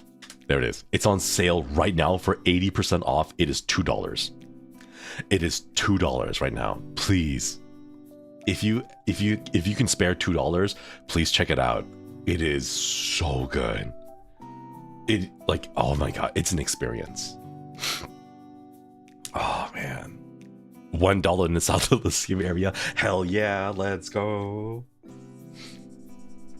Oh, that's right, the spring sale is on. Chad, what kind of game should I get?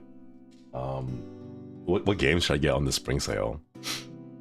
I watched a friend stream this game. Everyone's crying. Yeah. No survivors, Chad. No survivors. When I played it, like, I didn't survive. None of my friends survived. It was...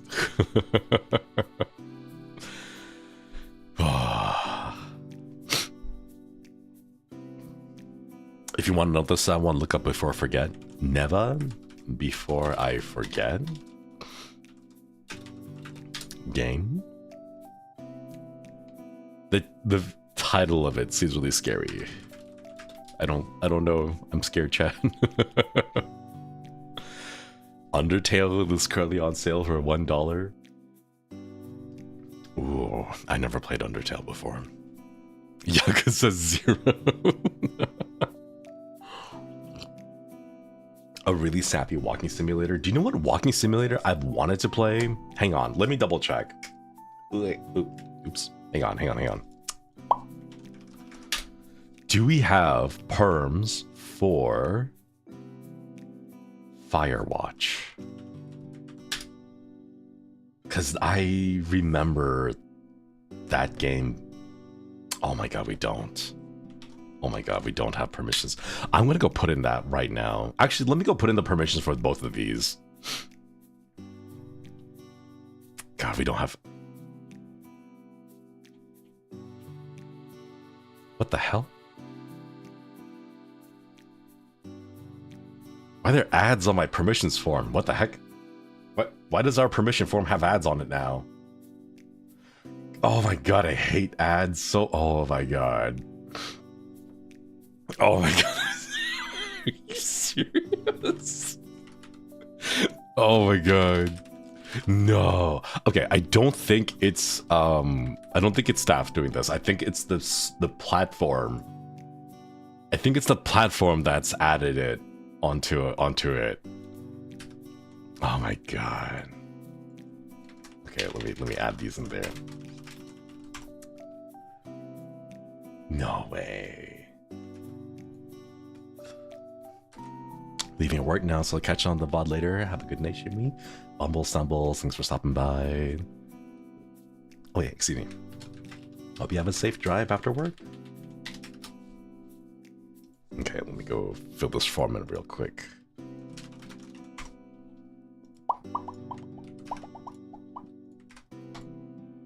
Please fill out all required. Oh, that's new. Okay. Gotta send that in. Put the recommendations in the comments later. Sure. Yes. Please do so. Because there's a lot of games on sale right now, and I have no idea which ones. And then what did you guys say? Neva? N-E-V-A? How about Homestuck? I think I will leave Ruse to submit that perm. If Ruse wants to submit certain Homestuck perms, that'll be on him. He can do that. Wait, Neva is actually from Devolver Digital? Wait, we might actually have perms from them already. We have a good amount of Devolver Digital games already. Devolver Digital.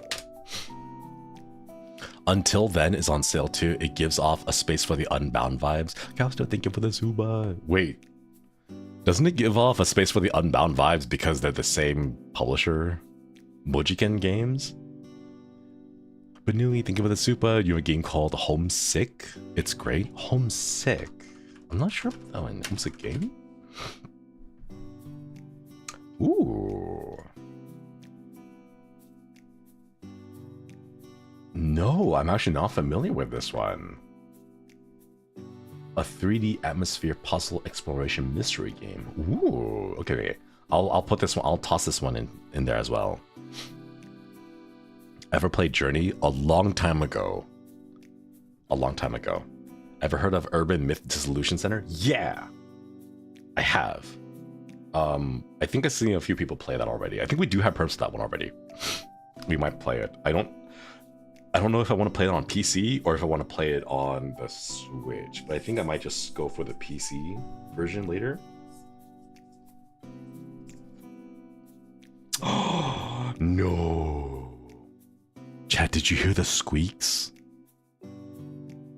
Did you hear the squeaks?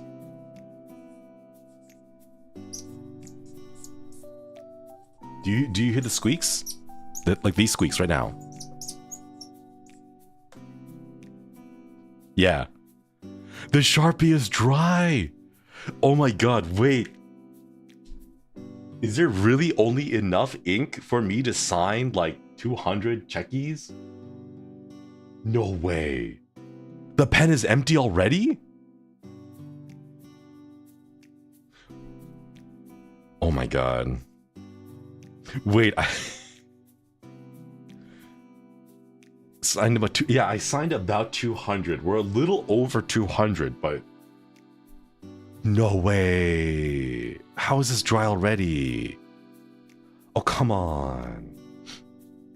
Well, the thing is, I can sign the checkies, but it has like skips in the ink. You know when you draw a line with a pen that's like dying, the like little skips in the line that happens, it looks bad. Yeah, oh come on. They don't provide additional ones? No, I had to buy these pens on my own and they reimbursed me afterwards because they didn't want to ship the pens with it because it adds to the shipping costs. Aw, man. Okay, this one is NG, no good. This has a skipping on the signature, so put that away. Okay. We'll have to switch to a new pen now. Gonna need a whole box of Sharpies. Yeah, at this point. No. Sad times, sad times. SSR checky.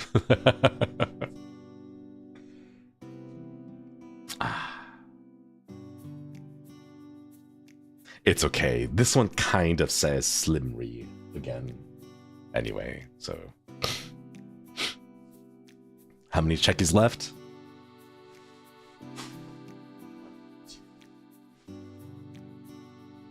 A lot. I have multiple boxes. I still have a handful of boxes left over. Okay, I want to hold it upside down. Maybe we can like squeeze out a little bit of the leftover ink into the felt tip. As long as I keep it upside down, maybe? I don't know. Buy those different color markers so different checkies had different colors. I wish I could, but Staff-san was super, super strict. He's like, if you're going to sign the checkies, make sure you always sign them with the same pen. Or like, if it runs out, you have to use, if you cannot replace it with a different pen, you have to keep using the same pen. So like, buy more of the same pen. Which makes sense because they're all like, yes, they're all being handwritten by me right now, but they all still need to be consistent, is the thing. We don't want to end up in a situation where like 90% of the checkies are written in like a gold Sharpie, and then like 10% of them are written in a red Sharpie, and then like, you know, like, oh, these are like limited edition or whatever, you know, like they don't want that. They want to make sure that everyone who purchases it gets the right amount. I have so many damn pens. Hey, Battle. I really wanted to keep some of the pens. I don't know why, but the stationery in Japan is just so much better. And like, Battle, did you have to do this? I don't know if you had to do this, but like for when I had to do that, I got the box, right? And the box inside said contents, checkies, and it gave the number of checkies, right? And it says pens, 7. And I was like, the customs import-export form specifies exactly 7 pens. I can't steal one. I can't take them. They sent me 7, I have to send 7 back because it's on the paper. It's written there, you know, like there's no way I could have gotten away with it. But like, they were so good pens. It's all accounted for. No, Staff-san, very meticulous. They make sure every single I is dotted, every single T's are crossed. They are 100% on top of it all, you know? So I saw that, I'm like, ooh, these are really good pens. They say 7 pens, but not what kind of pens. They would know. They would know. But yeah.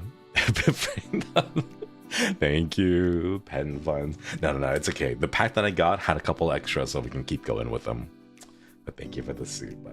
Thank you.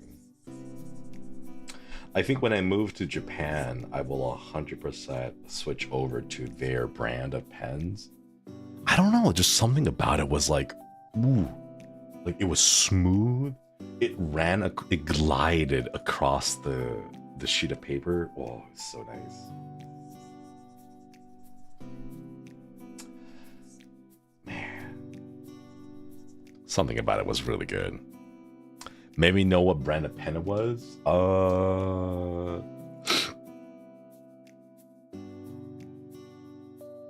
I don't remember.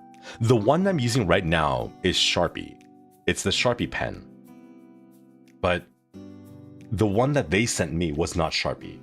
Gosh, what was it? Let me see. I think maybe my Mana-chan has mentioned it somewhere. Hang on, let me see if I can find out.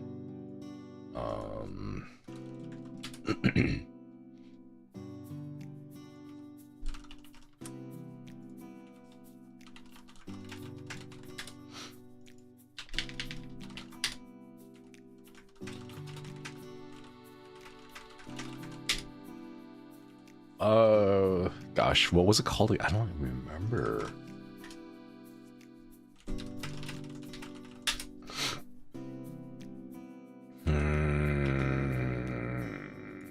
I don't remember what the exact brand was. Bettel, if you're still here, do you remember what brand it was that they had us do? Because we had those in the office, remember? Oh gosh. Yo. Oh, do you remember what the brand of the gold pens that we had were? I got one, hold on. Oh, you have one? Let's go. Bettel coming in clutch. Hell yeah. Okay, when Bettel responds, you guys will know. He's got one. Let's go. Max luck for the win.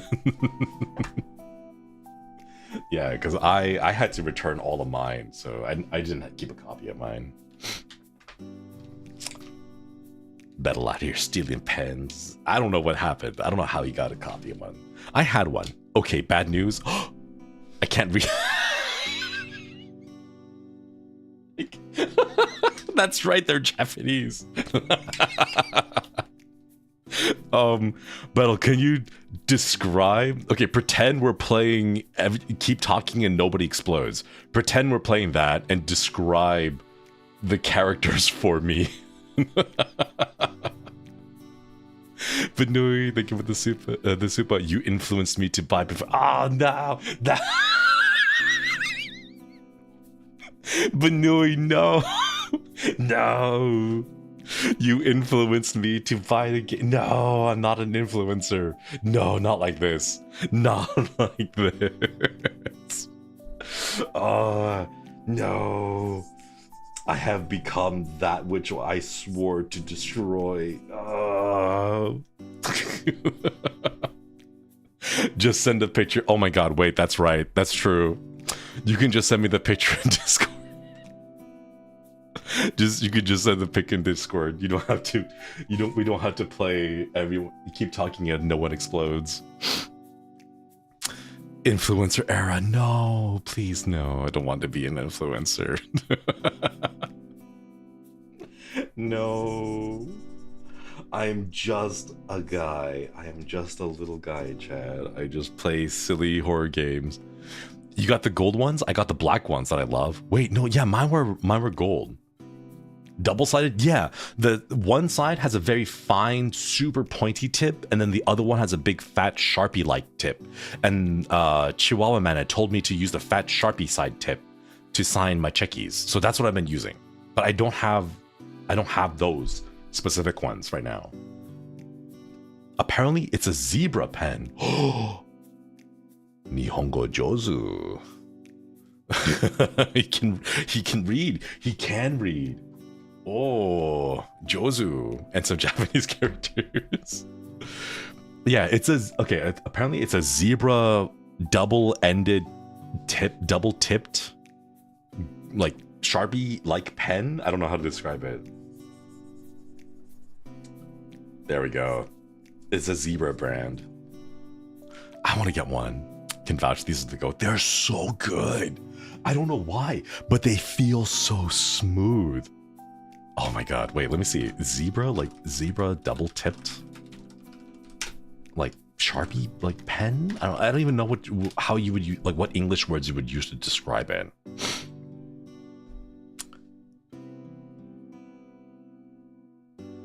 No, I don't see it on.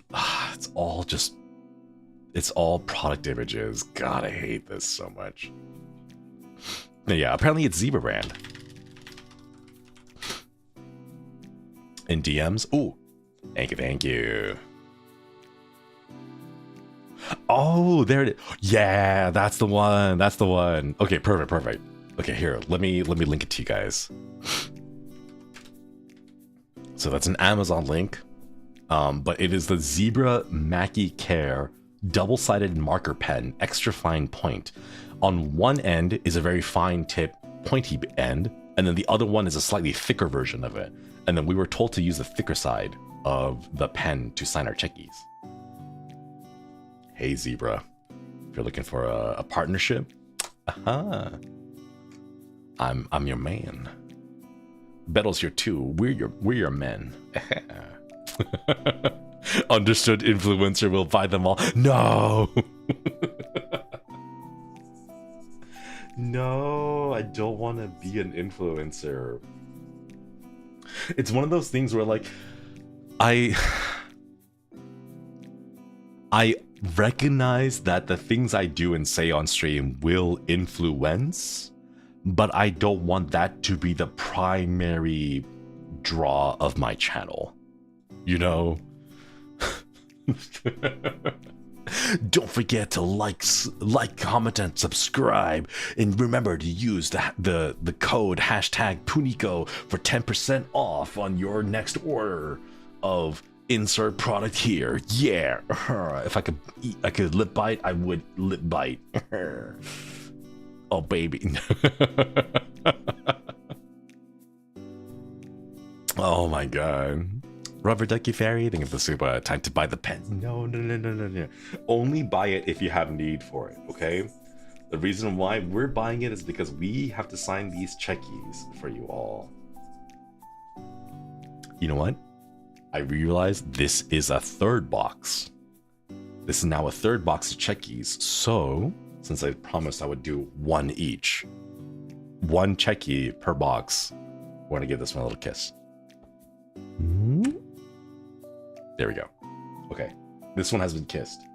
You guys don't know which one it is, but we've been one for each box of checkies.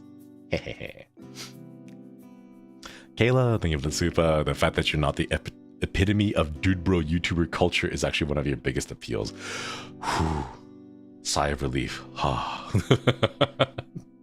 Thank you for the super. No, I hate being peddled to. I hate all the like bullshit crap that they pull. You know, because like it's all the influencers do the same thing. You know, like, hey, did you guys know if you eat chia seeds, you know, blah blah blah blah blah, like it's gonna like your blood pressure, your heart rate, whatever. Be sure to click the link on my bio and get your like. I hate that stuff. I hate that so much. Oh, I hate that. It frustrates me a lot because it always comes as disingenuous, you know? It never comes off as like I genuinely want to suggest this product for you, right? I hate it. I would never do that. If I ever do that, chat, like spam the bonk emoji on me again, okay? Like, please, just call me out and be like, Shinri, what happened? I thought you wouldn't do like, you know, just spam the bonk emoji, right? Call me out on that. Because I really hate that kind of stuff. Man. Yeah, that's the one. That's the one, Peachy. Bonk. There you go. Cerulean. There you go. Aries, yeah, buy the pens. Don't be capitalism. Don't do a capitalism. But yeah. I like, the thing is, if I want to like propose a product for you guys to purchase, I want it to be something that one, I've used, two, I can trust, and like 3, I can vouch for. You know, Like, if I've used something and I don't like it, I'm not gonna take a sponsorship just because it's offered to me. You know, because like if I don't like it, then why would I give it to you guys? You know? Man. Like, there's a few things I would love to do ironically. You know, like, for example, what's a sponsorship that I would love to do ironically? Head on. Apply directly to the forehead. Okay, if they offered me a sponsorship, I'm pretty sure the company's dead by this point, right? But like, if they offered me a sponsorship, I'd be like, hey chat, head on, apply directly to the forehead. Head on, apply directly to the forehead. You know, like, just as a meme, as a joke, right? Like, everyone kind of knows, like, it's for entertainment. I'd be 100% down for it, right? But the ones that are like slightly manipulative, or like, you know, like, get ready with me, but like every single scene in the get ready with me in the corner has the product facing the camera with the logo like clearly visible. You know, like, that kind of stuff feels really scummy to me. Like, ooh, you know, that's the kind of stuff I would not be able to handle. I may have imbibed a little bit too much, because that is not a signature. That is a genuine squiggle. Like, that's an actual squiggle. Oh my god. Okay, maybe... maybe we call it here, chat. Maybe we call it here. We got through 1, 2, 3... No, 2.5 boxes. 2.5 boxes of checkies. 3 of them have been a little choo-choo on there. But oh man, Raid Shadow Legends, god, that would be such a meme. That would be something. I don't know. I love the idea of it, because it is absolutely one of those like memes. But like, I don't know. Raid Shadow Legends, maybe like Cookie Run. Love and Deep Space. God, could I get a sponsorship for Love and Deep Space? Halloween special event? Like, hey, I'm here. I'm here, developers. It's a 9 times distilled vodka's fault. Yeah, it is. I guess that's what the power is. Distilling it 9 times. Salon Pass or Bengay? Oh my god. Oh wait, the Vietnamese like the Golden Star, that one with a tiny little packet that you have to like struggle really hard to open up. The Golden Star one, that one too. Oh my god, we can do that one. Oh, and Tiger Bomb, hell yeah.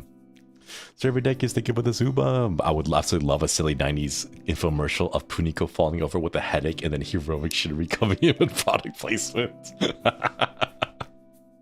Oh my god. Thank you for the super. Wait, that'd be super cute. I want it to be like... I know I ranted about this during the membership watch-along streams when we watched those like commercials, right? But like the one thing that I always hated... The one thing that I've always hated is that one... the anti-knock popcorn bowl. Okay, it opens up with the guy sitting on a couch sofa thing, right? And he has like a bowl of popcorn next to him. It's in black and white. Do you guys remember this? He's sitting there, right? It's on the arm of one of the couches, right? And then he leans over and he hits the bowl, and all of the popcorn spills out on the ground. And he's like, do you keep spilling your popcorn all the time? Well, we have the product just for you. Introducing like that kind of stuff, right? I hate it so much because never at any point have I ever grown up watching a show with like a bowl on a couch's arm and like intentionally just swung my arm horizontally right across the bowl. Like, who would ever do that? Like, really, right? And like introducing this new thing, and it's like, just, it's the same bowl but with a wider base. And it's like, you can't be knocking it over. And like they show examples of the customers trying to knock it over, but they give the most pathetic limp hand slaps. And it's like, really, you're not even trying to knock it over. Like, come on, show us the real product testing, you know? Like, it's just like, like that kind of stuff. It's just like, my hands are so weak and fragile, I can't knock. Like, no, you need to give it a proper shot. Like, hit it with your elbow. Like, oh my god. Or the woman who like cracks open an egg, and they're trying to sell like the tool that like it's like a scissor, but like you close it and it cracks open the egg cleanly, right? And it's like, making eggs is such a mess. And then it shows like a black and white video of a woman grabbing an egg and just like smashing it. She didn't even crack it. She smashes it in the pan. Shards and flakes of eggshell fly all over the place and just becomes a mess, right? And then like they get the spatula, and instead of like scooping up underneath the egg, right, they just like shove it in the middle and they just make a whole mess of it, right? Yeah, it's always in black and white. Exactly, right? Like, I saw that and I got so frustrated because it's like, that's not a equipment issue, that's a skill issue. Like, it doesn't matter how good of a product it is if you're smashing the egg into the pan, right? You tap it, you crack it, and then you split the egg open. You don't shove your palm into the pan to make an what are you doing? But no, that was my childhood. I grew up being so mad at every single... Sorry, I said I was going to end the stream. Sorry, I went on another rant. Okay, okay. Sorry. Let me go see who's streaming right now so we can send you off on a raid. I got really mad about that. I got like, that was a genuine anger from the bottom of my heart. Oh my god. Okay. All right. Thank you all, everyone, for stopping by to this little work stream. We got a good amount of the checkies signed. I'm gonna go ahead and sign the rest of the checkies, and then send them back off. Thankfully, we managed to get worked out. Remember the last time I said like it cost me a whole bunch to ship these off back? Staff-san heard that, and we finally figured out what was causing the issue, and now I'll properly get reimbursed with this so that when all the checkies go out, that, you know, it doesn't like end up being a big cost on my end. So no worries on that one. So yes, thank you, Staff-san. Yeah. Phoenix, thank you for the super. Most of the products are designed for disability, infirm, but not profitable to be sold to just those in need. So they market as seen on TV for everyone, hence the dramatics.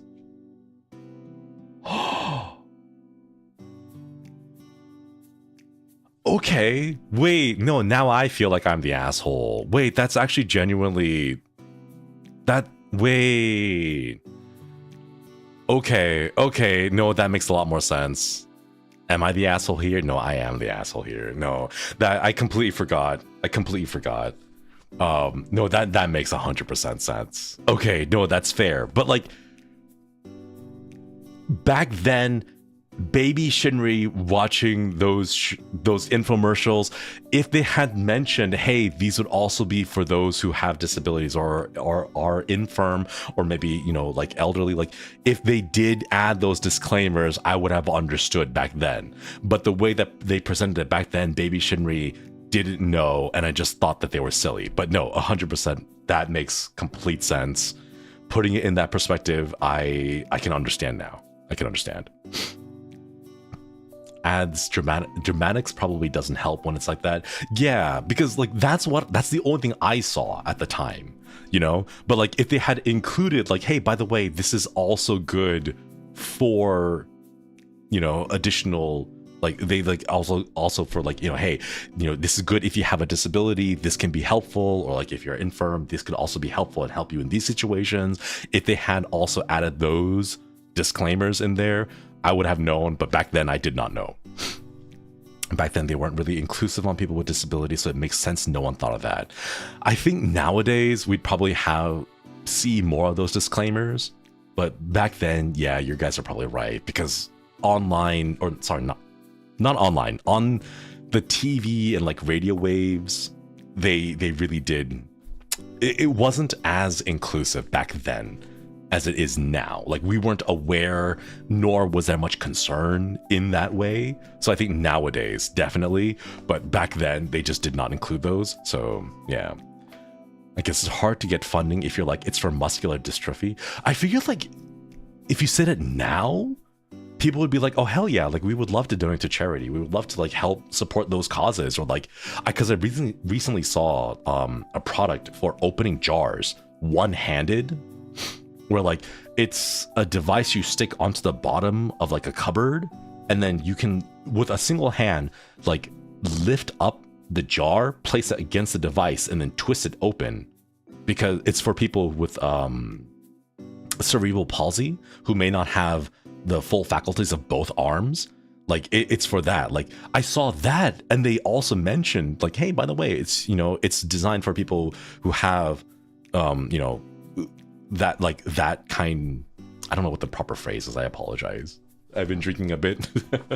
But like it does help for accessibility, exactly, right? So like when it did frame it in that way, I was like, ah, that makes sense. This product is not for me, it's for someone else who may need that additional support.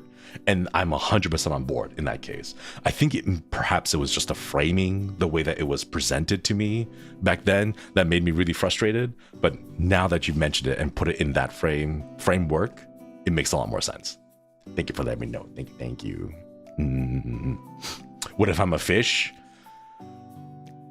Then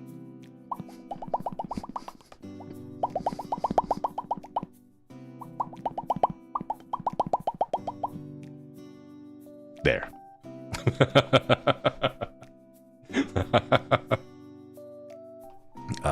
Okay. I said I would end the stream. Thank you again for stopping by. I appreciate you giving me a couple of your hours on this nice little work from home stream.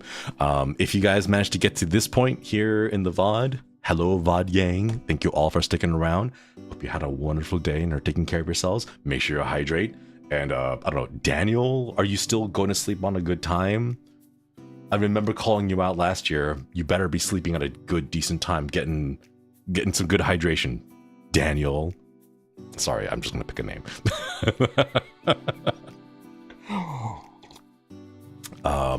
If you did, please leave a comment, because I'm still looking for a few games to add for...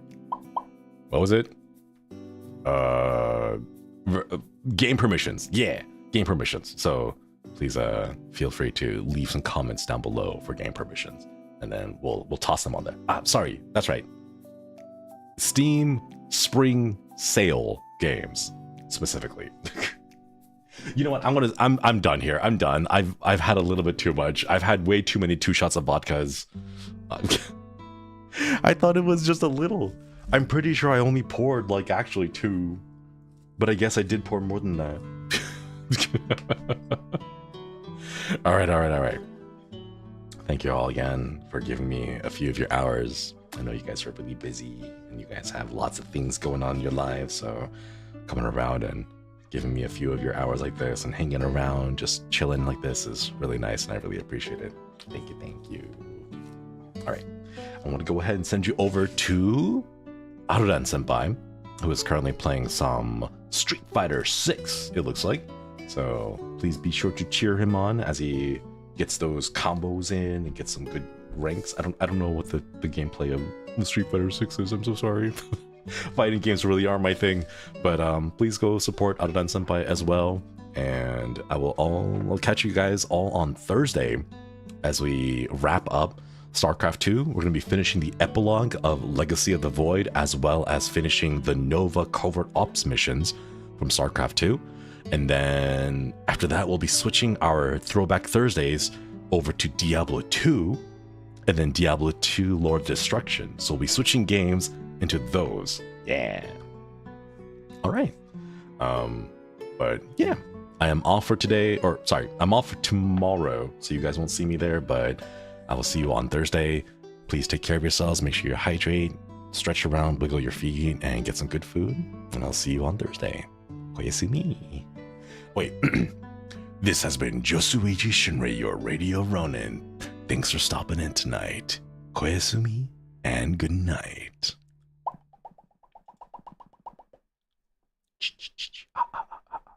We're gonna do the I'm gonna switch over to the really cool like new song that we picked eventually. I just need to figure out a proper. I'll send you. Bye everyone. Bye bye.